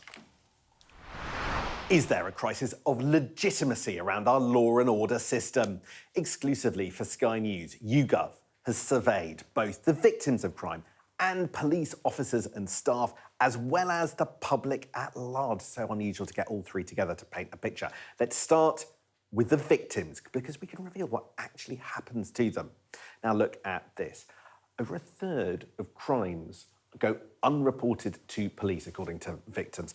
They told us the biggest reason is that they just didn't think the police would do anything if they did report the crime. But for those that did, we now know what happened next. And look at this. The biggest number you can see on the screen is of victims who were given a crime number and then nothing happened. The second biggest category is for those whose crime was investigated, but the case was closed unresolved. And you can understand how deeply frustrating victims must feel at the criminal justice system, but we can quantify that now. Look at this. This is amongst those who say the police actively investigated their crime, and by a margin of 2/3 to 1/3, they are dissatisfied. And by the way, a majority of these people thought that the police should and could have done more. So let's look at the attitudes to the police amongst the public as a whole. And you can see just how low trust is. Just 25% trust the police to reduce crime, against 61% who say that they are bad. So what's going wrong inside the police? Well, we asked them, and we can see in our poll of police officers and police staff what the problem is. And you can see most of them say that it's underfunding and understaffing. But look at the bottom here, because this is where the real alarm bells start to ring. And it's quite a bleak picture. There's lots of evidence of antagonism towards senior officers, which the rank and file suggest are doing a bad job. So with that finding, we thought we'd ask some additional questions about police culture. Look at this.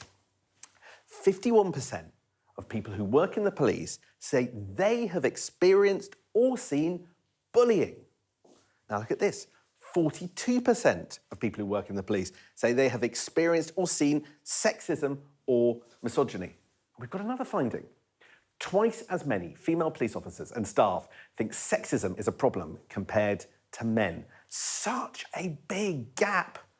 But only a tiny proportion think that there's a cultural problem, really acknowledge that there is an issue. Right, look at this. 15% think that there is a real issue with offensive attitudes and language in the police. But by far the biggest number, 55%, think that officers are just being persecuted for banter and humour. That's how they see it. Victims and the police and the public aren't happy with the service as it stands. But this unique glimpse inside our police force gives us quite a big warning sign about the internal culture. Maybe it's not as simple as simply giving them more resources. Well, that's what the numbers suggest, and Sam will be here with us a little bit later on to talk about that, as will Jason Farrell, who's also done a film on the state of policing, and that will be in about an hour or so's time. Yeah, well, and we've also got a special programme tonight. It's UK Tonight with Sarah J. Mee. Is policing fit for purpose? It's at 8 p.m. here on Sky News. Indeed. All right, coming up next, we're going to speak to the head of the Unite Union on their latest moves and whether or not they're going to continue supporting the Labour Party.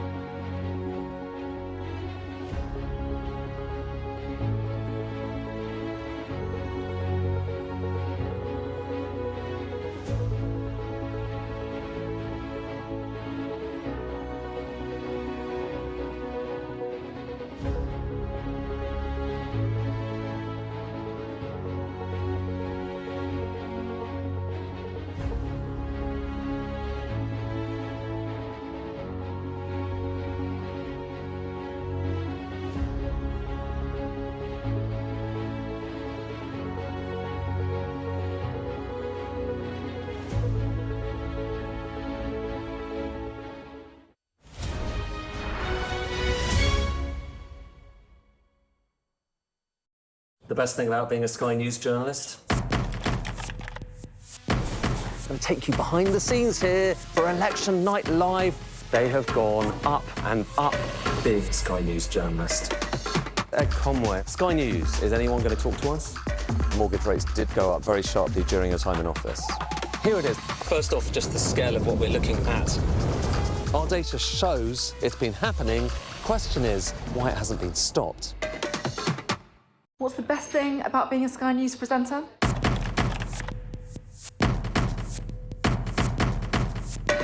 We've done the work and the reading, so you don't have to. Being a Sky News presenter. Hello and welcome. Westminster, the heart of British politics. I'm so sorry about what happened to you. So what on earth is going on? It's not true. Can I tell you what I think? It's really unusual. Mornings with Ridge and Frost. Let's crack on. Let's get started. We just want to bring you the very latest when it comes to oil and gas prices, because we've seen, of course, the fallout of the Iran war really entering a new stage today with the targeting of the largest natural gas field in the world. And the oil price has continued to rise this morning. It's ratcheted up after all those increases yesterday afternoon as well. So a barrel of Brent crude oil, which is the benchmark price, now costs just below $113 a barrel, not much lower than the highest point reached since the war in Iran began. And before the war, just to put all this in context, oil cost around $72 a barrel. So these are big, big rises. Yeah, absolutely. And just anecdata, I saw the petrol on the way and had been a bit higher than it was. Actually, interestingly, it come down slightly from where it was last week, but still it's elevated from the beginning of the war. Let's look here at the gas price as well, which is, of course, very keen. You can see those high spikes there earlier. It's hitting 176 pence per therm at one point. That's the highest price since January 2023. Remember Donald Trump, that threat to destroy the biggest gas field in the world. It's a gas field as well, parts of which have been out of action since the beginning of the war because things have moved so quickly. The Iranians actually targeted that gas field in the very, very early days of the war. The Qataris took the LNG field out of action. So that's why we saw the gas price spike. I mean, it's almost doubled. And there is obviously a great concern that is going to eventually start feeding through. We're going to get interest rate data, aren't we, later on today. There was a great desire that it was about to be cut. The 19th of March, people were looking to for the first interest rate cut of the year, maybe another one later on the year. I believe that has probably all gone away now. Yeah, because inflation is going to keep ticking up. Yeah, the economy is being hit in so many ways because of the tactic by Iran to wage not only a military war, but an economic war as well. Now, we are going to be talking to the boss of Unite. She's in Birmingham today, where bin workers have been on strike for over a year now, a little sign of a deal with the council to end that deadlock. Yeah, the walkout began after a dispute over pay and working conditions, and now, in a show of support, Unite has voted to cut its affiliation fee to the Labour Party by 40%. Well, joining us now from Birmingham is Sharon Graham, the General Secretary of Unite. It's great to have you on the programme, as always, Sharon. We're keen to talk about bins and the Labour Party as well, but I just wanted to start off with Iran because so many of our viewers this morning, workers from Unite, I'm sure, are going to be worried, frankly, by the economic situation. You know, we're seeing the world's largest gas field being hit, oil and gas prices spiking. Do you think the government should look again at drilling in the North Sea? Yes, I absolutely do. I think they need to open up the North Sea. I've been saying for over 2 years now that we shouldn't be letting go of one rope before we've got hold of another. Everybody wants to move to net zero, but the way they're doing it is totally and utterly wrong. It's decimating jobs on the one hand, but it's leaving us vulnerable on the other. So they do absolutely now need to make that decision so we don't have these complications in future. Do you think the government's doing enough to insulate us against the economic shocks we're seeing because of Iran? Well, look, I mean, what I've said to government, I was in Downing Street yesterday and I was making this point. I mean, what I've said to government, outside of what I've spoken about the oil fields being opened up, buying British defence, obviously what's happening in relation to Birmingham, is that we need to make sure that we are dealing with the cost of living crisis. Workers and communities are literally on their knees. They can't take any more, quite frankly. You've got energy costs where £500 out of an average bill of about £1,400 is pure and utter Labour profit. They're going to have to look at how they are going to cushion people from what obviously is going to happen now as a result of the war in Iran. They can't expect people who are on their knees already to be continuing to try and deal with it themselves. It's not an option. They need to start looking at things like a wealth tax. The divide between the rich and poor is getting bigger. Look at those sorts of options to get more money into our coffers so that we can actually cushion more everyday people. That's what Labour should be doing. That's what Labour's for. Sharon, morning to you. It's Kamali here. Interesting that you were speaking to them yesterday. Good morning. How were you received? Because, I mean, they've known you've been pushing for much of this for a long period of time. We're now in this crisis. What did they say to you when you made these arguments? Well, look, I mean, I don't think, you know, it took a rocket scientist to say to them, actually, you are losing workers in droves. And, you know, let me just go to the Birmingham bin dispute as an example. I mean, this dispute, let me just remind your listeners, this dispute isn't about a pay rise. This dispute is about the fact that these bin workers woke up one morning and they were told they were going to take an £8,000 up to an £8,000 pay cut. This is a quarter of some of these people's pay. Now, there was a deal that I walked into the negotiating room in May last year after months and months and months of dither and delay with the managing director, and we scoped out a deal that I was going to put to my members. And the managing director came back, she agreed that that was the deal that we should do, came back and said, I can't get this through the government commissioners. And we are still waiting for that to be unblocked. Now, when you've got a situation that you have a Labour council under a Labour government treating workers like this, expecting them to take the fall for incompetence, then of course workers are going to be scratching their head and asking, who are Labour representing? And that is the problem. People do not know who this government is representing. I mean, look, you're pretty angry, it seems clear, you know, with what you've been saying. United's already decided to cut its funding to Labour by 40%. And I just wondered, do you feel that Labour sometimes takes the funding of unions like your own a bit for granted? Could you be looking at disaffiliating entirely at some point? Well, look, the deal that was always done, and, you know, I think, you know, since time immemorial, was that, you know, unions funded Labour because they were supposed to be the voice of workers. That was the deal. And when they got into government, they did that unashamedly. They didn't try and be something else. They tried to be the voice of workers and communities. That was what they were supposed to do. If they're no longer the voice of workers, and, you know, I could talk for a number of hours on different reasons, oil and gas, defence, public sector, a whole range of things. If they stop being the voice of workers, then obviously unions are going to look and say, well, actually, this is not a good use of members' money. Now, the direct impact, or the direct reason, sorry, for us cutting the Labour affiliation by 40% was the straw that broke the camel's back in the sense of how these workers in Birmingham are being treated. This council is injuncting them. They're trying to sack them. They are effectively not coming to the table to put down the deal that was scoped out at ACAS. And, you know, I am angry, Sophie, because, you know, Labour is supposed to be there to assist everyday people. And I don't think they understand, quite frankly, how bad it is out there, what is happening to workers and everyday people. And until they grasp that, then more and more people will move away from them. So just to ask on that point, is disaffiliation on the table, or is that something that would never happen? Well, no, I don't think it's... I mean, it's on the table in the sense that we have a rules conference, and our next rules conference is next year, so it's very soon. It's next year. And at that rules conference, I can't think of a year where Labour hasn't come to that rules conference, i.e. in terms of a motion around disaffiliation. Every year previously, that motion has gone the way of to maintain affiliation. If that rules conference was today, we would be disaffiliating. I have no doubt about that in my mind, because workers, our members, our representatives are scratching their heads saying, how can we, from almost the inception of this Labour government, be attacking pensioners on the one hand with the winter fuel debacle, picking the pocket of pensioners and leaving the wealthy totally and utterly pretty much untouched. People can't understand why we are not backing workers, we're not backing British industry. And, you know, the more that they do that, the more that they try to sort of dance around their handbag on we're a bit of this and a bit of that, the more Labour supporters will move away from them. And that's just the fact. That is the reality of what's going on. Extraordinary that we've reached this point with United suggesting that they could vote to disaffiliate. As you say, if it was voted on today, Sharon, it might well happen. But there are some parties out there that are speaking up for workers, they would say, that have some of the ideas that you seem to support, like you mentioned the wealth tax, the Green Party, for instance. Is there any conversations happening between Unite the Union and the Greens?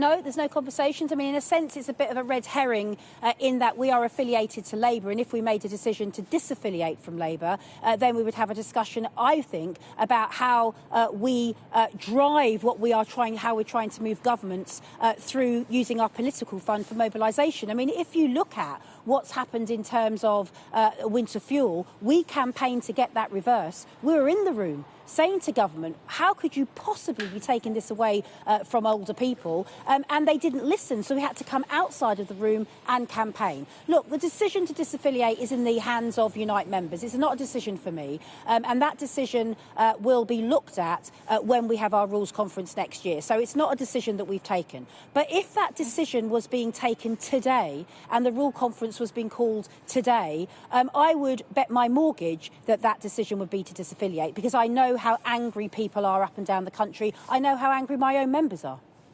Someone who is talking a similar language to you, it feels to me, is Angela Rayner.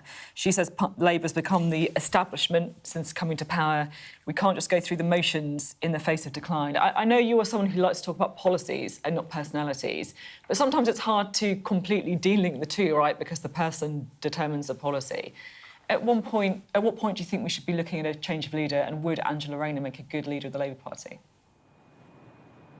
Well, look, I think, irrespective of what I believe, I think after the May elections there will be a move to change leader because I think Labour are going to pretty much be decimated in those elections. I don't think that they understand themselves how bad that will be, what the anger is out there about the fact that they haven't backed workers, that the fact they have to be dragged kicking and screaming into doing things that, quite frankly, we would expect a Labour government to do. For example, have a wealth tax. It's not radical. I mean, it's pretty obvious that that's the sort of thing that we need to be looking at when the gap between the rich and the poor is as wide as it is. And so for me, first of all, Angela Rayner has to do the right thing by the Birmingham bin workers. I mean, she didn't cover herself in glory in that particular dispute. But following that, what I need to see as the leader of Unite, and what my members will be asking me, is what is your vision for Britain? You can't just say, look, I am X, Y or Z. You need to have the tangibles. What is it you want to do? What is it you want to do in terms of making sure that workers, the working class, are better off, and not be embarrassed about that? So I'd like to see more detail rather than any snap decisions. Sharon Graham, always good to have you on the programme. Thank you very much for coming on today. Sharon Graham there, of the Unite Union, saying she would bet her mortgage on the fact that if there was a vote tomorrow, Unite members would vote to disaffiliate from the Labour Party. Well, let's speak now to the Conservatives, shall we? We are joined by the Conservative Party chairman, Kevin Hollinrake. Good morning. Good to have you on the programme. Pleasure. Today, can I start with Iran? Because I think there've been an awful lot of people waking up this morning being really worried about the price of petrol, about the price of heating their homes, about the economy going forward. Maybe they're looking to book a flight. This doesn't look like a war that is going to be over anytime soon. It seems to be escalating. Yeah, it's a real worry, and it's pushing up a cost of living, which is the last thing people need right now because they're suffering already from the cost of living. So yes, of course it's a worry, and I agree with you, it doesn't look like it's going to end anytime soon. So the question the government's got to answer is what can it do right now? And we would like it to adopt our cheap power plan, which we set out some months ago, which would take 20% off the cost of energy bills for households and businesses, to announce that we'll freeze fuel tax, which is due to go up again in September, and critically start pumping more oil and more gas from the North Sea, which they can do as early as this autumn. And that's what Ithaca Energy have said today they can do. So all those things are practical steps they can take to mitigate the effects of this crisis. We spoke to Chris Bryant earlier today from the government, and he said that he doesn't think that Donald Trump had a plan going into this. I mean, it's difficult for us to say, and you think the government would have a greater insight to that. In opposition, you don't see the detail behind the plan. It's absolutely right that that anybody involved in this who had the era of Donald Trump would establish exactly what he had planned right at the start. But we've got to learn from previous conflicts. You need a good exit strategy as well as an entrance strategy, and that doesn't appear to be the case. Yeah, and it does feel quite predictable that Iran would have targeted energy prices and gas fields and oil refineries, right? Yes, that's exactly what happened, and there are other issues potentially they could hit, such as desalination plants, which would be catastrophic in the Middle East. So listen, these are matters that have been decided elsewhere from the UK. I understand that, and that's something the government's got to try and deal with. But this is a US and Israeli, these are actions they have taken unilaterally. But we've got to do what we can. We've always been a voice of reason for any American president. It's very important we step up those efforts right now. Did the Conservative Party get it wrong at the beginning? I think we got it right. We never said we would take part in preemptive strikes against Iran. That's not what Kemi Badenoch said. You said you should back the US, that the US should have been able to use those as our air bases, that we should have supported them in the way that they needed. In the use of their own air bases that we share with them, that we cooperate with, literally cooperate with them. Even if, as you say, it doesn't look like there was much of a plan, that it's having a catastrophic impact on the cost of living, even if we disagree with something. Well, as I say, we don't know the full detail behind all that, of course, but our natural position should be to support an ally. That's not to say to support them in terms of preemptive strikes. That's not what Kemi Badenoch ever said. But we allowed them to do preemptive strikes using our air bases. Well, they're their bases. That's the point. We share these bases. We share the cost of them, and we cooperate, we run them together, co-manage them together. To say to our key ally in the world, who has been there for us over the decades in the past, not least in the Second World War, to say to them, you cannot use those bases that we co-fund is extraordinary. I mean, they didn't get involved in the Second World War at the beginning, did they? Let's be honest. And then they charged us a load of money for it afterwards. So, come on, it's not like saying straight away they always do what we want. No, as Winston Churchill said, the Americans always do the right thing, but only after they've tried all the alternatives. They don't always get it right, but they did help us. Their intervention in the Second World War was vital, of course. We should recognise that. OK. You're launching your local election campaign. What are the key sort of messages? We need to get Britain working again. And some of the things I just talked about now, the government should be doing in terms of cutting the cost of living, through cutting energy costs, the cheap power plan and fuel duty. They're all part of it in terms of national policies that intersect with the local policies. So 10,000 more police on the streets, to make sure our high streets breathe new life into the high streets by cutting business rates. All those things the government should do, we would do if we were in national government. But the key thing with this, of course, is the interaction between national government, or our national party, and our local councils and councillors. And they are far more effective than other parties in terms of running local councils, in terms of keeping council tax lower. So we're the only party to be freezing council tax in councils throughout the country. Not every council, but also we do know what we're doing. We've been there for been doing this kind of stuff for decades effectively. Can I just say, one of the things, it's very easy on the sidelines to say, oh, we'd do this and do that if we get into power. And what you see is from some parties, they've taken power for the first time and not delivered some of the savings they thought they'd get because we made the savings in the first place. OK, good to have you on the programme, Kevin Hollinrake, there for the Conservative Party. Coming up, we are going to be returning to the story of that meningitis outbreak in Kent, telling you what you need to know about how to stay healthy and safe.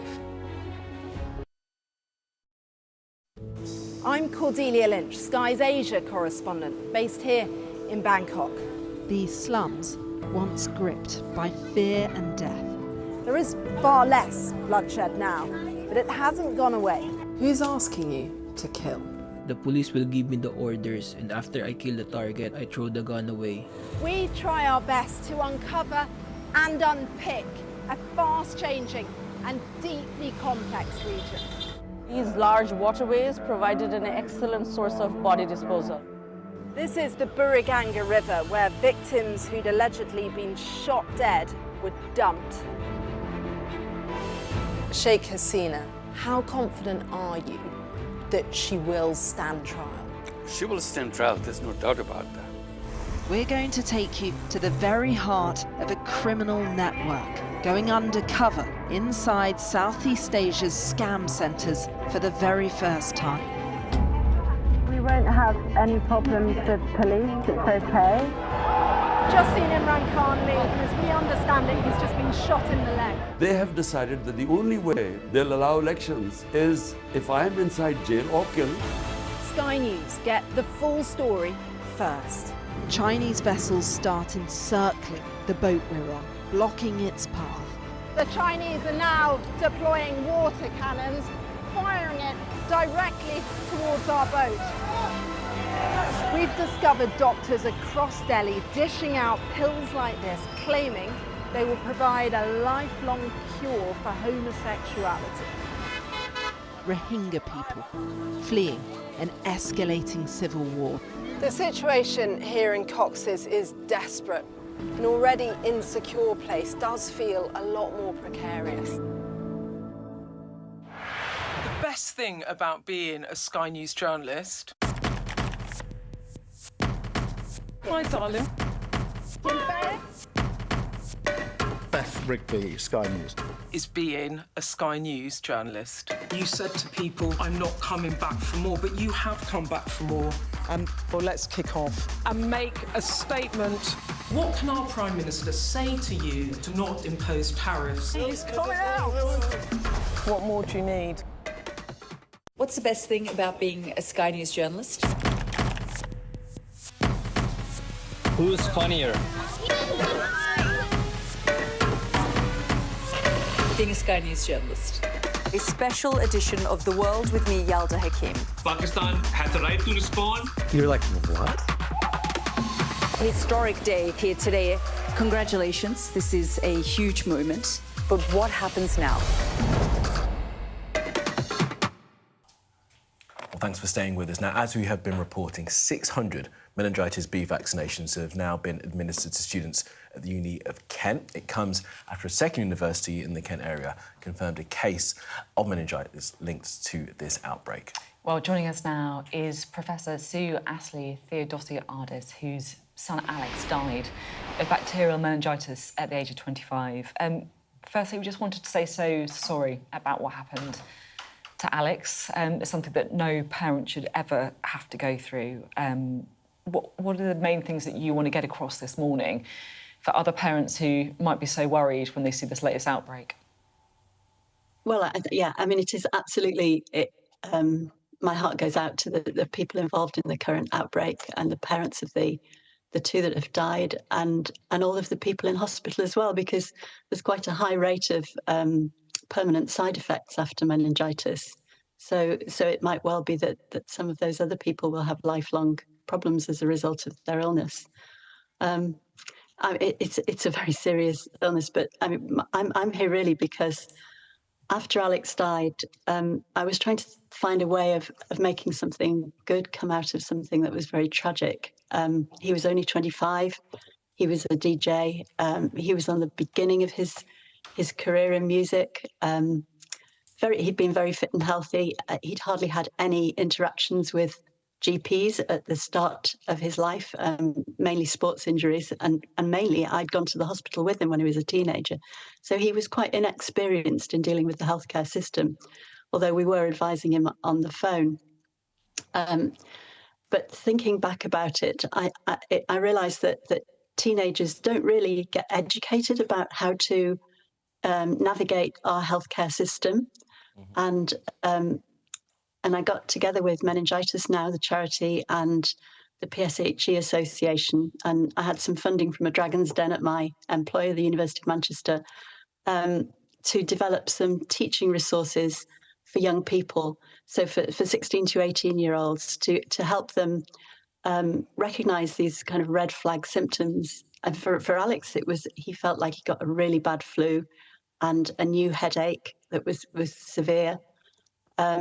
But he had no rash. There was not a lot else other than feeling really, really bad. So we've developed these lesson plans, which are now available through the PSHE Association for download by schools, and already 800 schools have downloaded them. But I'm really keen that rolls out across the country, so all schools have access to them and teach their children things like we cover basic things about registering for a GP, because a lot of young people, when they leave home, it's not the first thing that they do to register for a GP, and they quite often leave it until they become ill, and that wastes time. So the things like that, signing up for the NHS app, how when you're booking an appointment to get an appointment with Alex, he was offered one in 3 weeks' time, but he was dead within a week. How to prioritise, how to actually interact with healthcare professionals, so discussing sensitive topics. It's such a... just to jump in, because I'm so sorry that you're running out of time on the programme, but your work sounds unbelievable. And thank you for continuing to strive for this, to make something important out of what happened to your son. And every single bit of information you've given there, including the fact that you don't always get a rash with meningitis, really it is going to make a massive difference. Thank you, Professor. I really do appreciate that. All the best to you. Thank you very much. Thank you.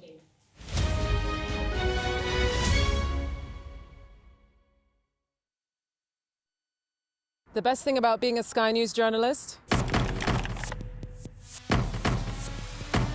They call him the king of the jungle. Being a Sky News journalist. Yusra Al-Baghir has this report. And this is what's left of it. As a woman of colour, how did the Harris campaign speak to you? People risk their lives to speak to us for this report. Mr. Zuma, Sky News. We're trying to see as much as we can.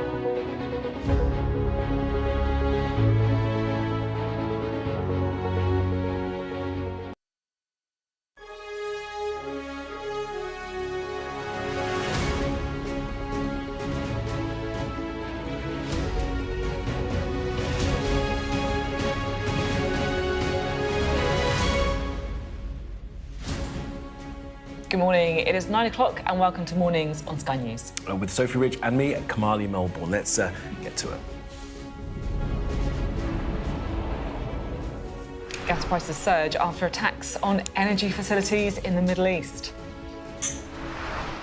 As the situation escalates, President Trump has threatened to blow up the world's largest gas field after Israel attacks it without his permission, he says. Well, Iran retaliated against that Israeli strike, hitting Qatar, Saudi Arabia and Israel itself. Also ahead this hour, a second uni in Kent has confirmed a case of meningitis as hundreds of students get vaccinated. And we've also got some exclusive polling that reveals a third of crimes are not being reported because people don't think the police will do anything about it.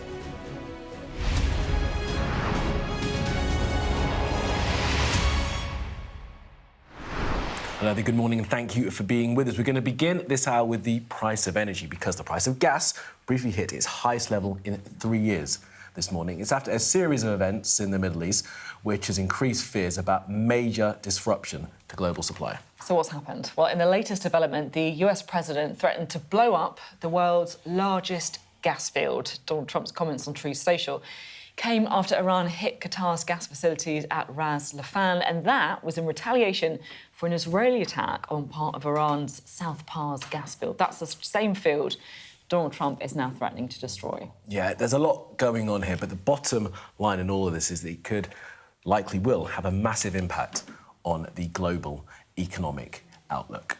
Now, Donald Trump is angry because Israel attacked part of that Iranian field without telling him. He's now ordered them to stop. So just to show you the impact of those moves, because there's been impact already, UK wholesale gas prices have spiked sharply, hitting 176 pence per therm at one point. That's the highest price since January 2023. Now, gas prices do remain below their post-Ukraine invasion peaks. But the oil price has continued to rise this morning as well, ratcheting up further after increases yesterday afternoon. A barrel of Brent crude oil, that's the benchmark price, now costs just below $113, so not much lower than the highest point at $118. That was since the war in Iran began. Before the war, to put it in context, oil cost around $72 a barrel. Yeah, now Donald Trump posted on social media last night it's a long old post on his Truth Social. We're going to read you part of it. Israel, out of anger for what has taken place in the Middle East, has violently lashed out at a major facility known as the South Pars field in Iran. A relatively small section has been hit. The United States knew nothing about this particular attack, and the country of Qatar was in no way, shape or form involved with it, nor did it have any idea that it was going to happen. Unfortunately, Iran did not know this or any of the pertinent facts pertaining to the South Pars attack and unjustifiably and unfairly attacked a portion of Qatar's LNG gas facility. He then goes into all caps. No more attacks will be made by Israel pertaining to this important and valuable South Pars field. So a lot of words. Let's show you exactly what is going on and what we're talking about. The red circle is roughly where... Sorry, there's not a red circle on there anymore, is there? You can see there the world's largest gas field offshore, part of the Qatari territorial waters. That is known as the North Field. But the rest of the gas field, the South Pars, is in Iranian waters. So I think that is the key thing there. It's part Qatari, it's part Iranian, it's in the Persian Gulf between those two countries. Absolutely. It just shows how close the countries are. At one point, I think it's only 21 miles across that Strait of Hormuz. Now, Qatar says that the attacks on its facilities at Ras Laffan caused extensive damage and large fires. It's also expelled Iran's embassy, military and security attaché. So, look, the tension in the region is ratcheting up and the impact on us here is increasing too. I mean, some analysts are suggesting that inflation could reach 4% this year because of the huge spike in gas. And remember, just a couple of weeks ago, we were thinking they're going to cut interest rates now because inflation was coming down. Yeah, I remember sitting in the studio talking about Rachel Reese's spring forecast when she was talking about how great inflation was and how, you know, the government could take lots of credit for it. Well, let's see what happens when it comes to those oil and gas prices spiking up. We spoke to Chris Bryant, the Trade Minister, earlier this morning, and he, I think, was more critical of Donald Trump and the actions of the US in the war in Iran than we've heard from the government so far. One of my colleagues, counterpart, in the Gulf, said to me yesterday, I don't know what they're doing. I simply don't know what they're doing. Do you know what they're doing? No. Do you know what they're doing? Does he know? Yeah. I mean, it seems very, very confusing. Do you think he went in with a plan? Well, I think one of the reasons that Keir Starmer was quite rightly, and I think he showed exceptional leadership at this point, was saying, look, first of all, we're not going to send British troops into a situation where they're not protected legally because there's no good legal argument for the war. Secondly, if you're going to do anything, you've got to have a plan. I mean, it just seems basic to me. Was there a plan? I don't think there was a plan. just seems basic. I don't think there was a plan. I mean, that's a government minister criticising the special relationship partner in the United States. Extraordinary that he'd go that far, but I guess indicative of the fact that there is such concern that I don't think anyone really knows where this US-Israel war on Iran is going to end up. Yeah, and we have had more strikes, more attacks overnight as well, carried out by Iran in response to the attack from Israel. So Iran fired a number of missiles at Riyadh, that's the capital of Saudi Arabia. The attacks happened while regional leaders were meeting in the city to discuss a response to the conflict. At least 3 people have been killed in the occupied West Bank in an Iranian missile strike. 13 others were wounded. It happened in the town of Beit Awa. The Israeli military claimed that a cluster munition was used. A building has also been damaged in Tel Aviv in an Iranian strike early this morning. Emergency services were at the scene, but no deaths were reported. Right, well, let's go to the region now, bring in Sally Lockwood, who is in Dubai for us. Sally, great to have you with us again. So just let's reflect on where we find ourselves with the gas and oil price this morning. Of course, the UAE, a key exporter of fossil fuel. What is the sense in the region as to where this goes next and just how damaging this could all be?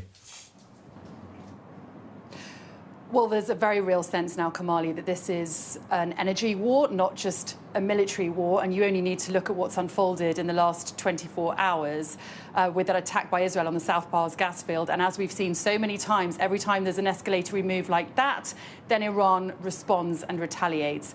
And it was late yesterday evening that we received a warning, a threat from the IRGC, the Revolutionary Guard in Iran, warning that they would retaliate against energy infrastructure in the UAE, Saudi Arabia and Qatar, and they named specific targets. And it was shortly after that that there were emergency alerts for incoming missiles on our phone, as we've become very used to here.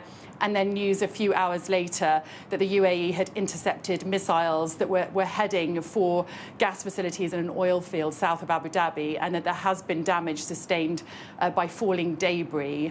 Qatar has also reported significant damage to their liquefied natural gas fields, which were already shut down on the 2nd of March due to damage from drone attacks. The first time in its history that they have shut down their LNG production.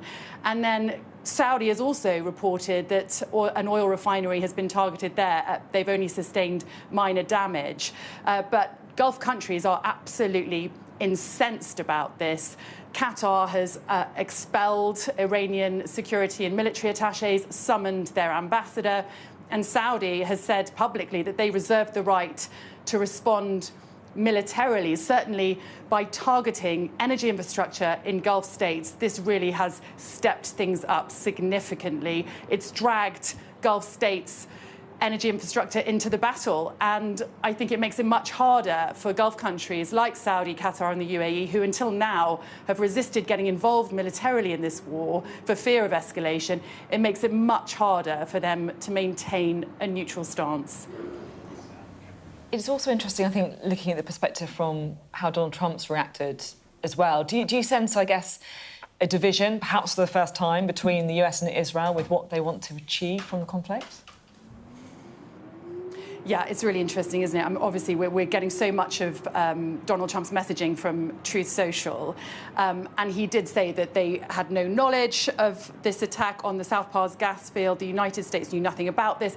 But then he followed it up with a message saying no more attacks will be made by Israel in capital letters, certainly suggesting that he's not happy at all about this development. It's very reminiscent of last year when we saw that Israeli attack on that Hamas residence in Doha, something that America was absolutely furious about and appeared to have very little forewarning about. But then in the same breath, in the same social media post, Donald Trump also said that if Qatari energy infrastructure is targeted again by Iran, the US will retaliate and massively blow up the entirety of the field. Certainly, as we've been seeing throughout this conflict and even in the lead up to this war, very mixed messaging from Donald Trump about his objectives and about his plan.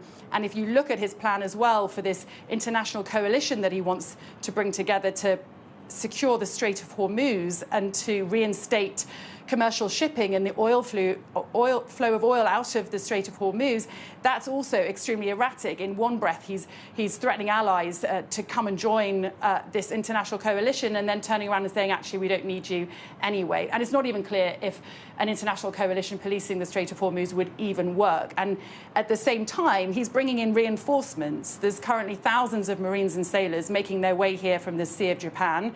Do we know what they're going to be used for? No, we don't. It's not clear what the plan is for them either. But something that is becoming quite clear is that Iran has potentially been far more organised and prepared for this war than America. And we're seeing that right now in terms of how things are playing out. Sally, for now, in Dubai, thank you so much for that. I mean, Sally is absolutely right, all of that analysis. Just on that protection of the Strait of Hormuz, Sean is here with us. Good morning to you, Sean. Bring you in a second. But, like, the UK apparently is sending some advisors to the United States, reported by the Times newspaper this morning, to advise on how they can get the Straits of Hormuz open. Why don't we start with that and seeing how viable that is? Because it would be a huge undertaking, wouldn't it, Sean? Yeah, I mean, you've covered a lot of the sort of military details of that over the last few days. But the short story is you've got to create a shield, and that's some of the destroyers going down, but that's got to be a pretty extensive line of destroyers. Then you've got to take a lot of these oil tankers, which are big. They've got to be separated significantly so they don't bump into each other.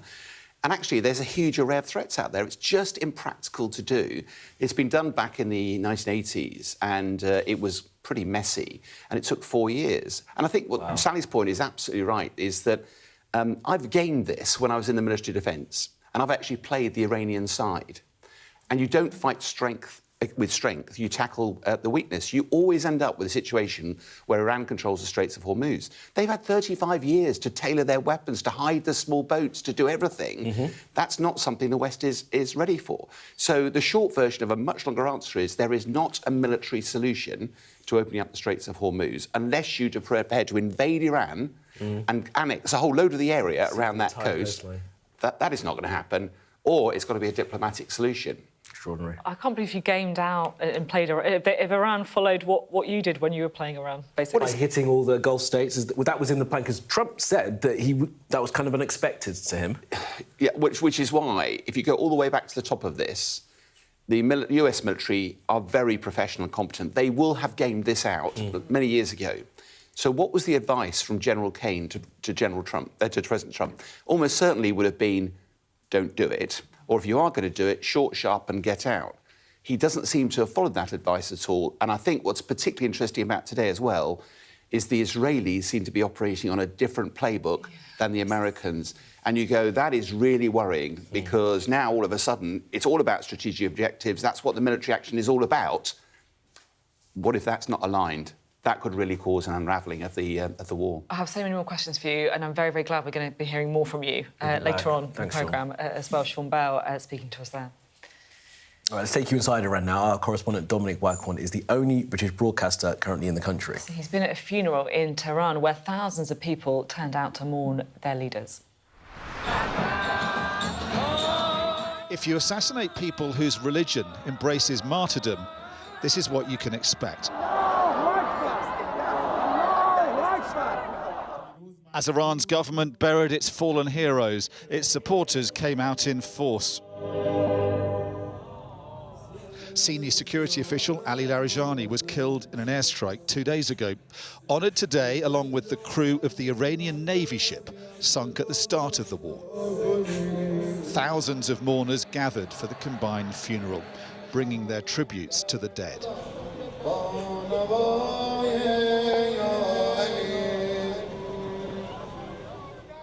Mohammed and Hamadeh came with their family. The way our weak enemy martyred him shows its weakness and impotence, and the method of his killing was very unfair. It's not accepted anywhere in the world. The funeral came after another heavy night of attacks, drones and missiles duelling with air defences late into the night. In the same square as the funeral, there was an airstrike in daylight yesterday. This is an expression of grief and defiance in the heart of their bombarded capital. But as they say farewell to the latest group of senior leaders to be assassinated by their enemy, those left behind are left wondering What comes next in this war? These were some of the biggest crowds since the war began. As it loses leader after leader, Iran's government still wants to maintain a sense it can survive and outlast the enemy. Trump is humiliated, this propaganda poster says, alongside a picture of a blocked Strait of Hormuz. Trump, soon we will kill you, he says. Netanyahu is not our target anymore. Our target is you.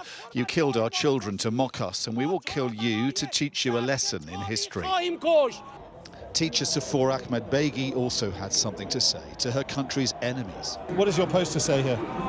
It's a poet from Ferdowsi. It is said, if we are killed, all of us, one by one are killed, it's better than giving our country to the enemy. We saw some big protests against the government, didn't we, some weeks ago? Does that worry you that they don't want the government here? No, they are not so big. Most of the leaders of the protests are those who are supported and who give money from Israel and from America.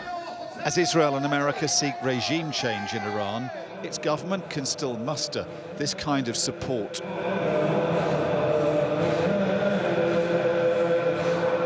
And the culture of resistance and no surrender, celebrated here today, makes bombing Iran into submission all the more difficult. Dominic Waghorn, Sky News, Tehran. Dominic Waghorn there, reporting from inside Iran. And in a few moments, we're going to be continuing our coverage of the conflict and speaking to Lord Mark Malloch Brown, former Foreign Office Minister, former Deputy Secretary General of the UN.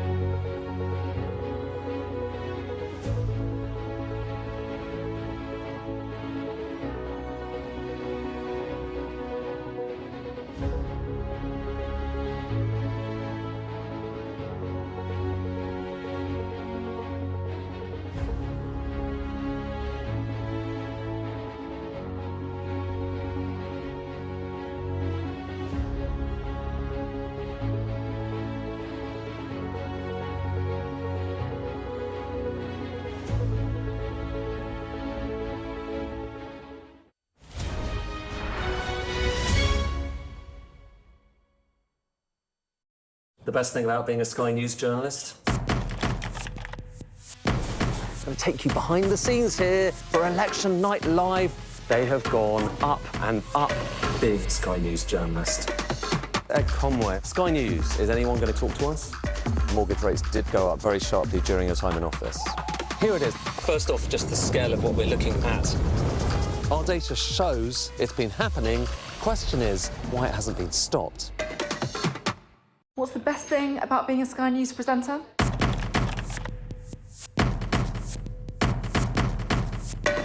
We've done the work and the reading, so you don't have to. Being a Sky News presenter. Hello and welcome. Westminster, the heart of British politics. I'm so sorry about what happened to you. So what on earth is going on? It's not true. Can I tell you what I think? It's really unusual. Mornings with Ridge and Frost. Let's crack on. Let's get started. Well, thanks for staying with us now. With Trump's issuing threats to blow up the world's largest gas field, it's looking like the war with Iran has entered into a dangerous phase, an even more dangerous phase. So here to help us understand why things may go next is Lord Malik Brown, the former Foreign Office Minister, former Deputy Secretary-General of the UN as well. How seriously do you think we should take Donald Trump when he's talking about this oil field? Well, I mean, I'm sure he's being advised both by his military side, but also, more importantly, by his economic team, that, you know, it's a pretty self-destructive thing to take out global oil and gas capacity, and that really the whole issue here should be protecting that capacity so that oil and gas prices don't continue to soar. But we've seen his petulance and his anger throughout this conflict. So I think it's not to be ruled out. I think, as you in the earlier segment, Sophie, also commented on, you know, the fact that Israel and Israel's war aims seem to be now separating from those of the US, and that this, you know, initial attack was launched by Israel, without the US's apparent concurrence, if that's true, you know, also shows that, you know, there may well be further attacks. This is no longer a strategically coordinated war effort, it seems. I was hoping that you would give me some reassurance there, and Fortunately not. Unfortunately, it's not. No. Lord Malik Brown, morning to you. Kamali here. Look, doesn't much of this, and with that sort of divergence of war aims, take us back to the first principles of all of this? As Chris Bryant mentioned, this war started without going to the UN, started without, in many people's eyes, legality. The world that you used to work in, I guess, it is gone now, and we have these countries that are willing to launch these military actions, regardless of what that does for international rule of law. Yeah, no, it's whether it's gone or in brief retirement and will come back, I don't know. But, you know, this is an extraordinary moment. The amount of time that people like me spent at the UN trying to develop doctrines around, you know, what was legitimate preemptive attack against a neighbor who you thought was about to attack you, what wasn't. All of that doctrine has been thrown aside, and there's been no effort to line up legality or international support for this war.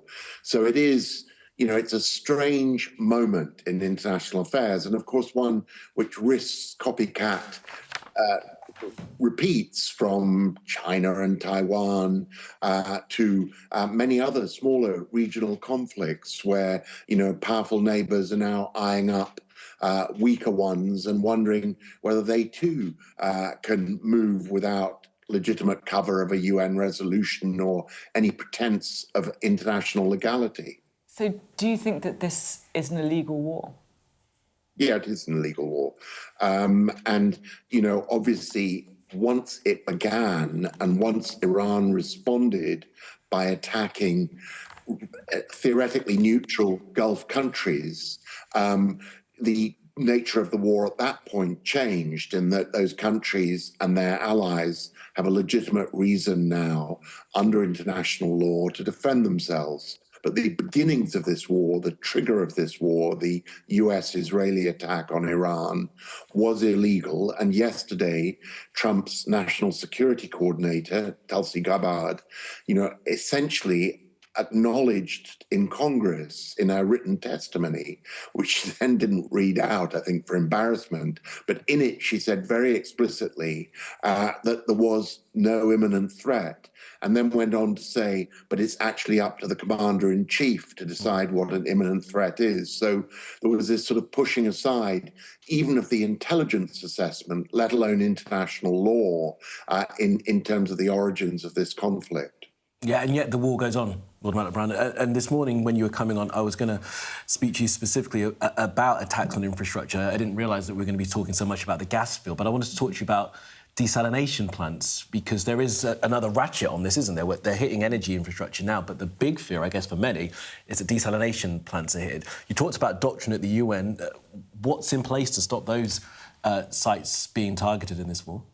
Well, you know, they are supposed to be off limits and civilian targets, but at this point, you know, the way this conflict has ranged, where you've had assassination of Iran's leaders, waves of different assassinations, you've had a terrible strike on a school accident, though it was, you know, I don't think, you know, anybody's going to sort of, you know, call out the Iranians exceptionally were they to go after those desalination plants. This is now a war without limits. And, you know, it would be devastating because these Gulf countries have grown hugely in terms of population, with large expatriate populations dependent on those desalination plants for critical water supplies. So, you know, it would be extremely damaging, but not impossible that it would happen.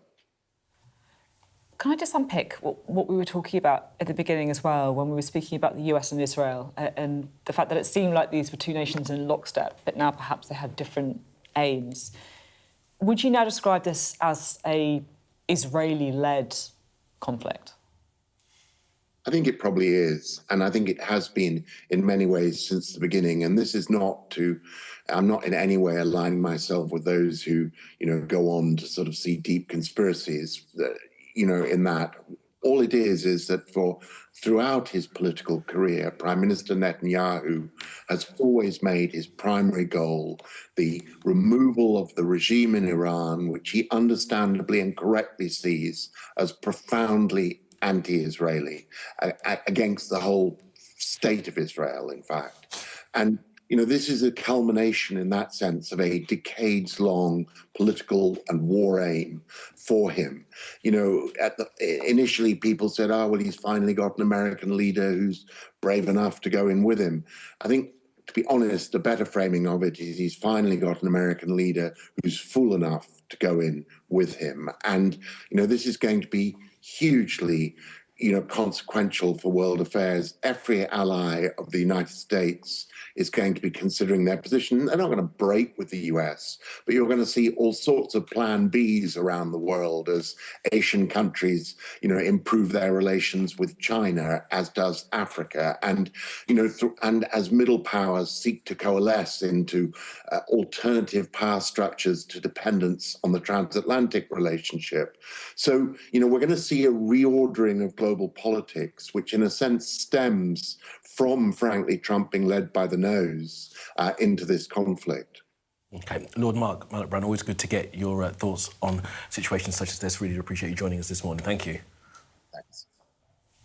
All right, fascinating. Absolutely fascinating, and, you know, making it really, really clear there he doesn't think the war is legal, and also, again, saying that he doesn't think that Donald Trump has a plan for where this goes next. Yeah, coming up, we are going to be looking at some important domestic story. We've got a story about the exclusive polling showing why a third of crime here in Britain goes unreported.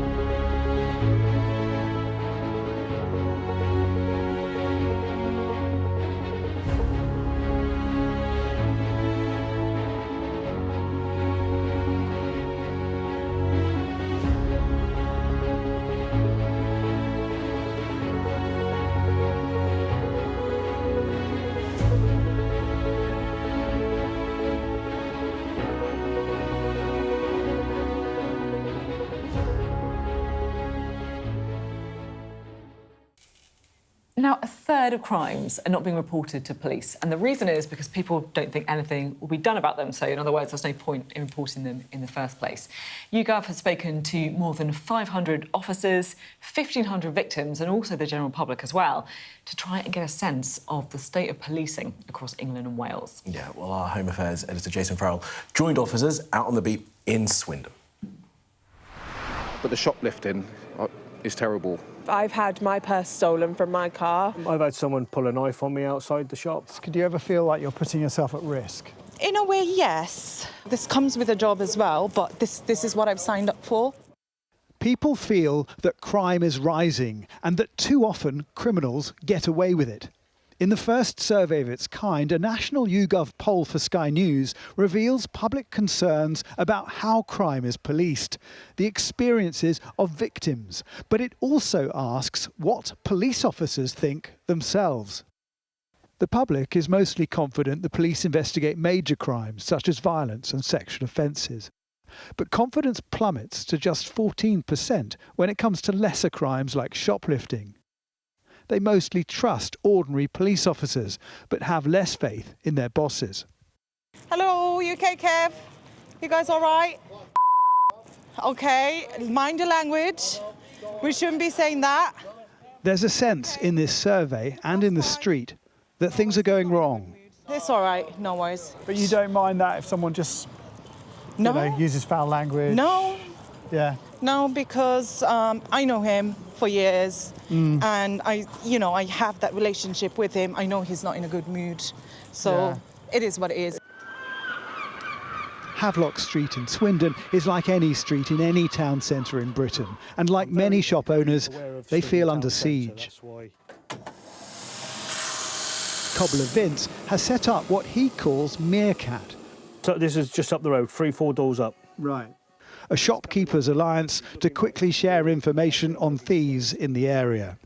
And there he is. Same guy. How many times has your shop been broken into? 6 times we've been broken into. We've caught 2 of them.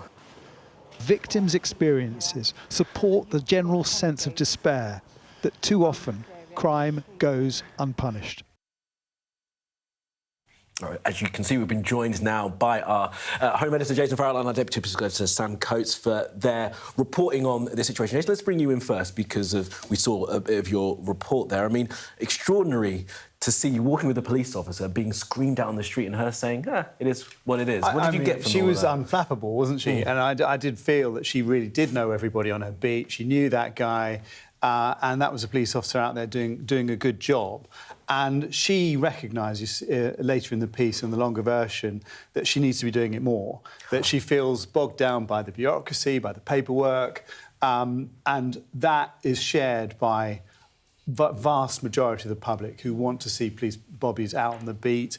They don't feel, as we saw in that report, 14% don't feel that minor crimes will be investigated. And that is borne out by the figures. Victims say, about half of them say they just get a crime number.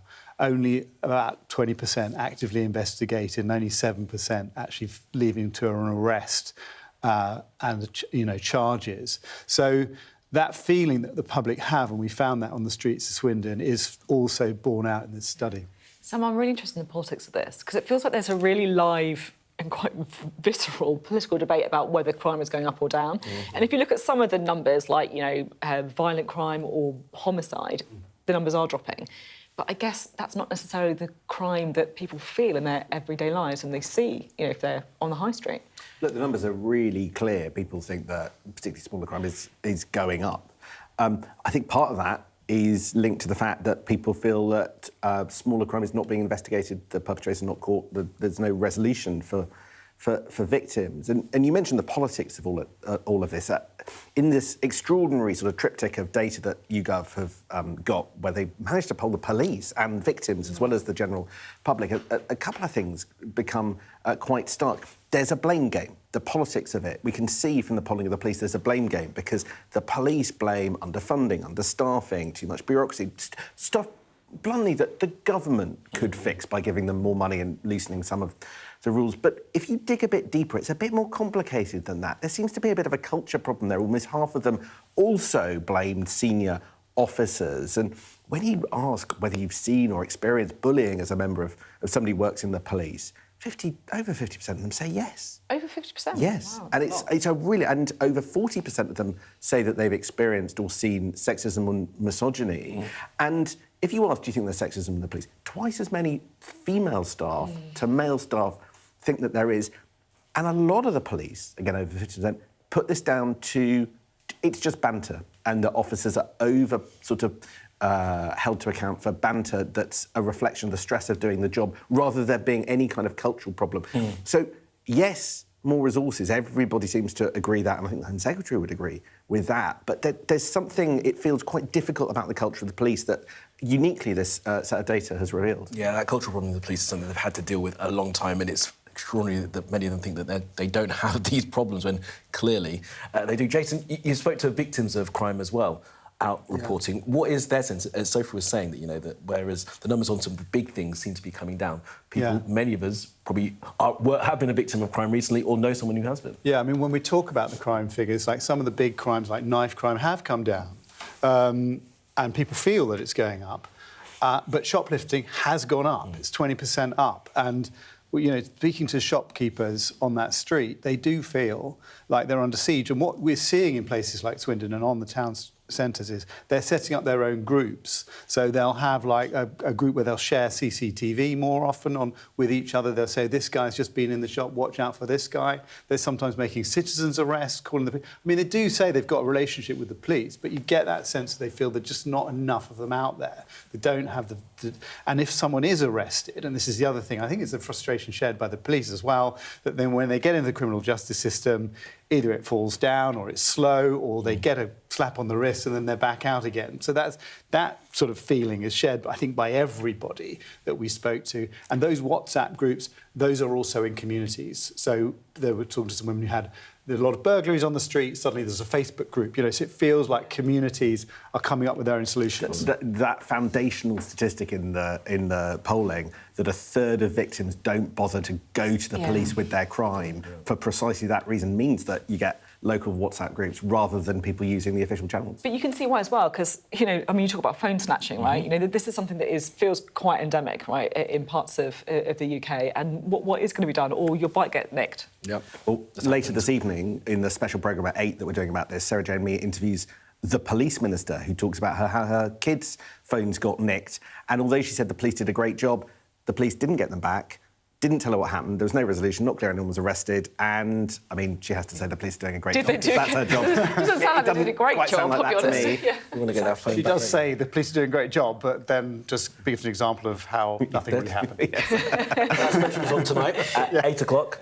Sarah Jane Mee in the UK tonight, guys. Appreciate the reporting, and of course there'll be plenty more from you both throughout the day. Thank you very much for that.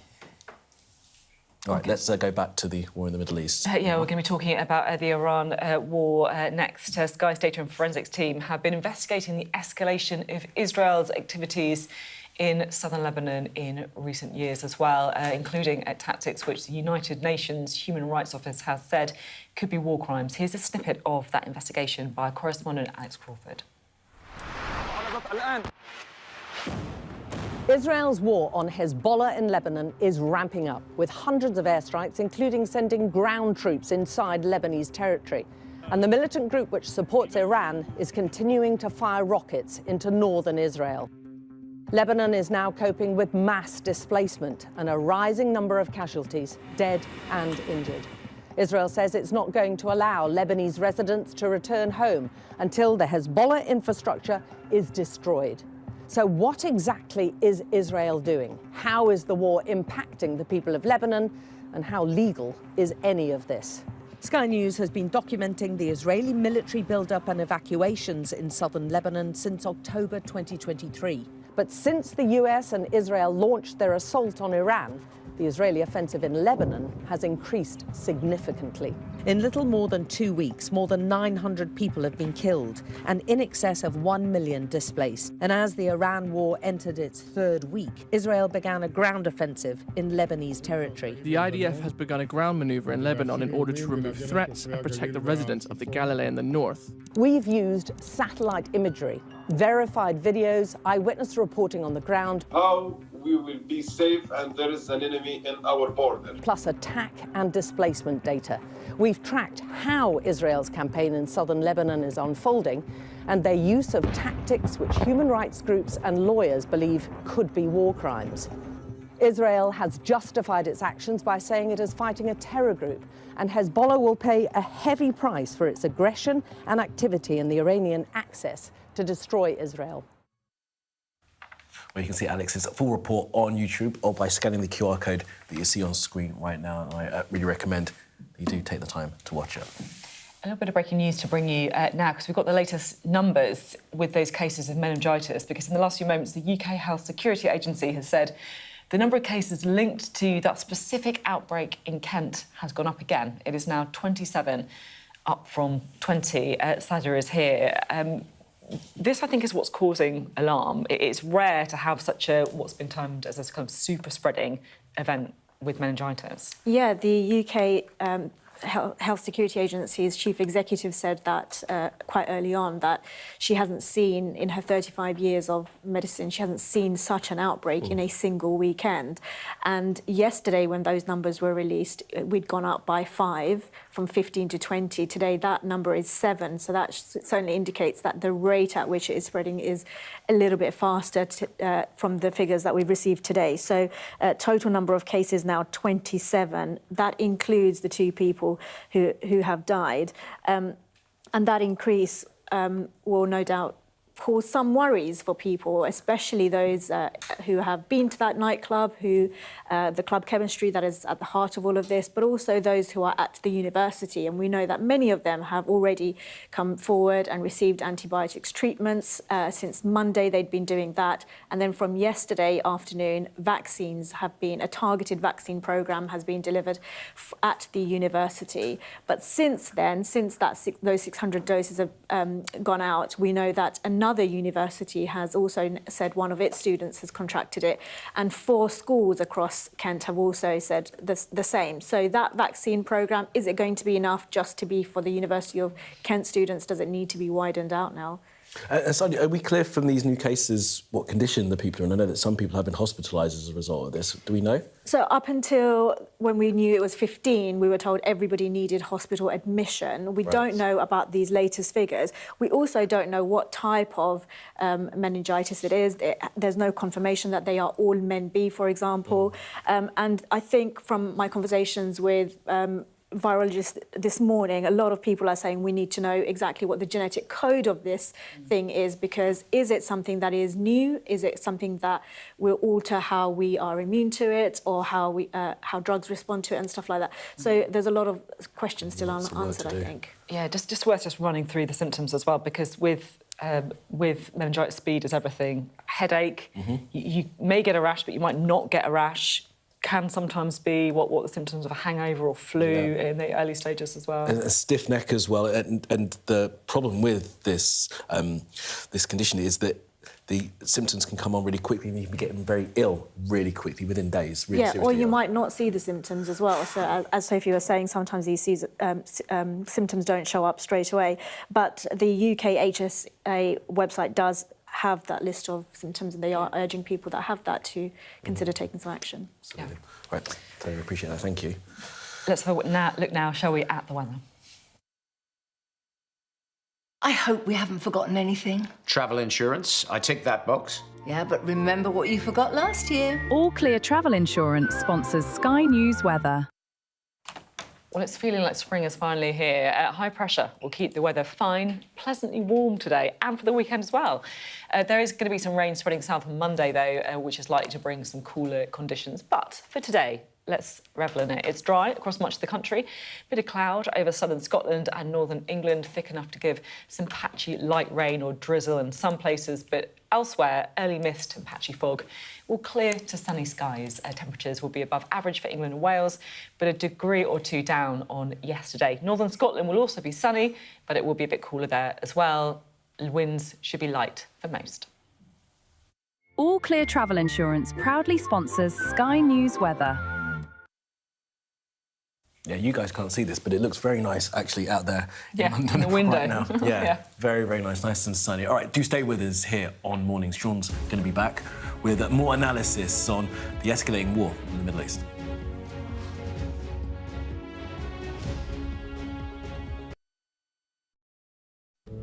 I'm Cordelia Lynch, Sky's Asia correspondent, based here in Bangkok. These slums, once gripped by fear and death. There is far less bloodshed now, but it hasn't gone away. Who's asking you to kill? The police will give me the orders, and after I kill the target, I throw the gun away. We try our best to uncover and unpick a fast-changing and deeply complex region. These large waterways provided an excellent source of body disposal. This is the Buriganga River, where victims who'd allegedly been shot dead were dumped. Sheikh Hasina, how confident are you that she will stand trial? She will stand trial, there's no doubt about that. We're going to take you to the very heart of a criminal network, going undercover inside Southeast Asia's scam centres for the very first time. We won't have any problems with police, it's okay.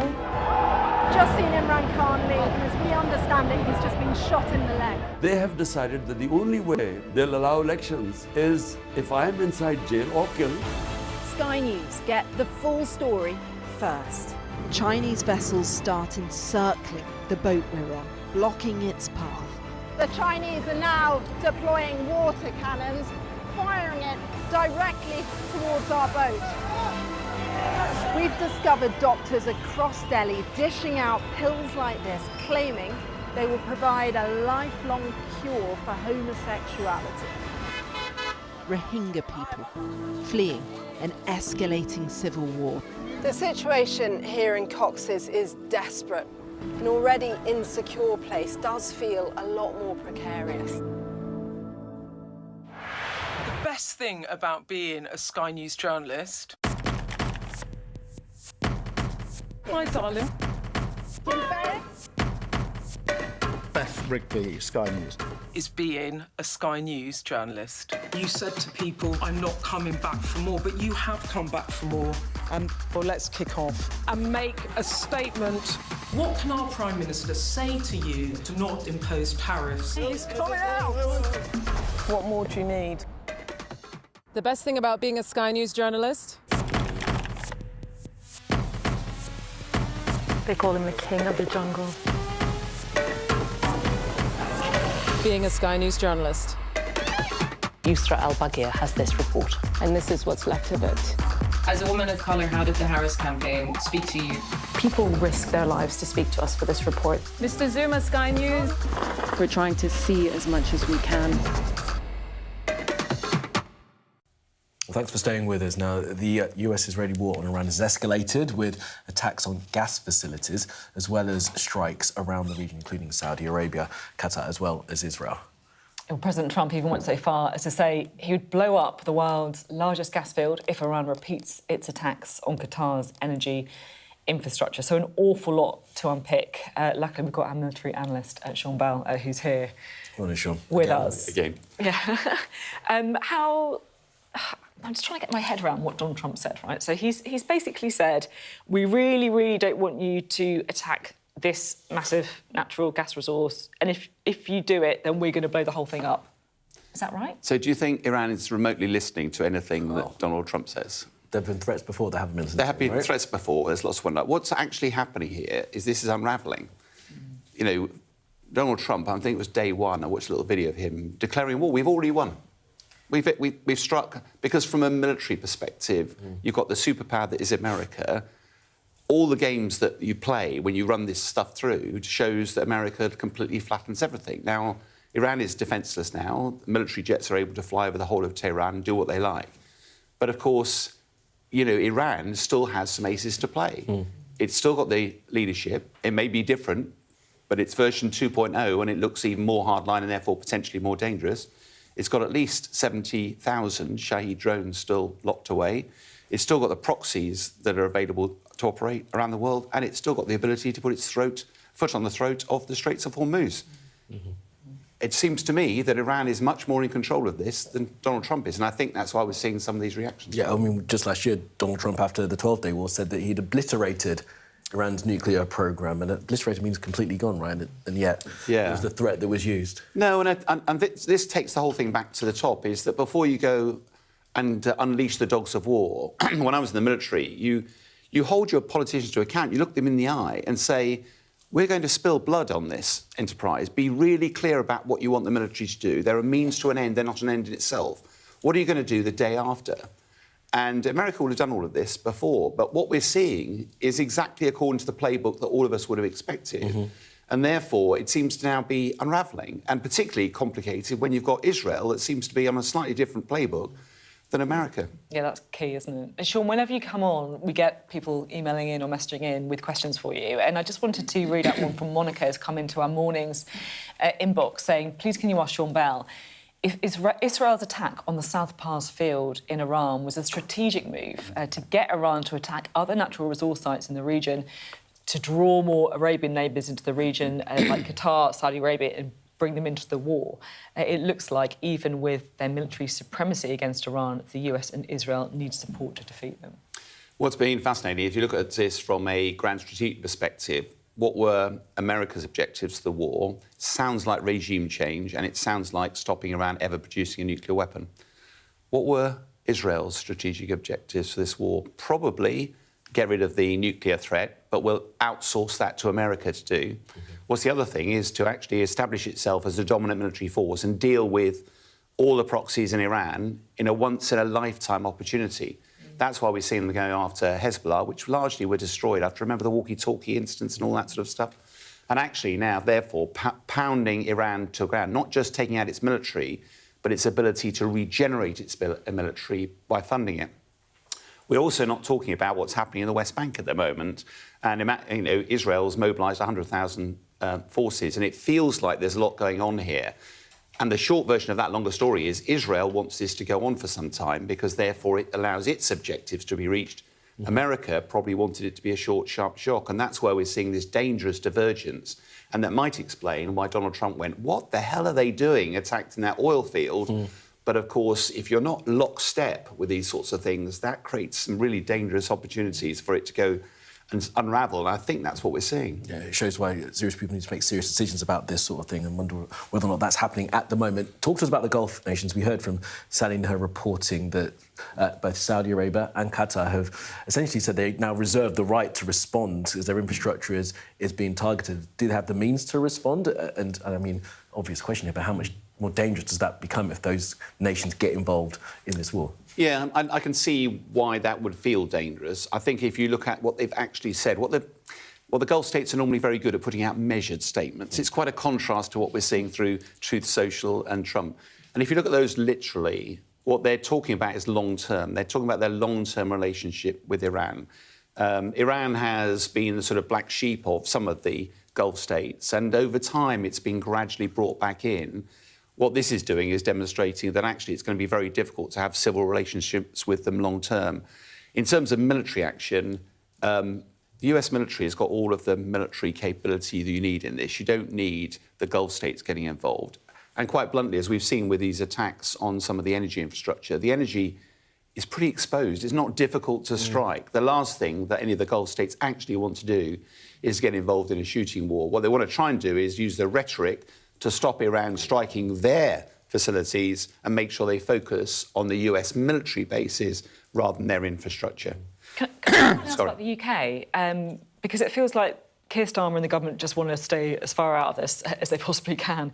Is that realistic? Do you think that actually that is a possible goal for us? I know that we'll be hit, obviously, by the rising oil prices, but is this one of those ones where we can just try and stay out of?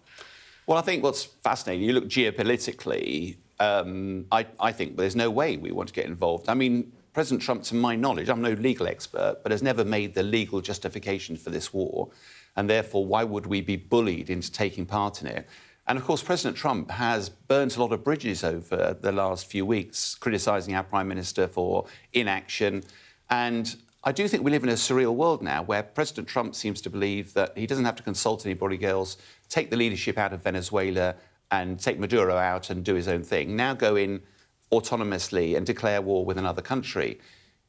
where does this leave us internationally? And the big worry for me is that we've not been reporting on the war in Ukraine. I was out with 2 Ukrainians last night for supper, and they were turning around and really worried about where the supply of weapons was going to be going. Such an important point, and I'm glad we're leaving it on that one as well. Absolutely. All right, well, that's all from this team on Mornings. That's all from you for this week. I'll be back there with you and Anna Jones tomorrow. Stay with us here on Sky News.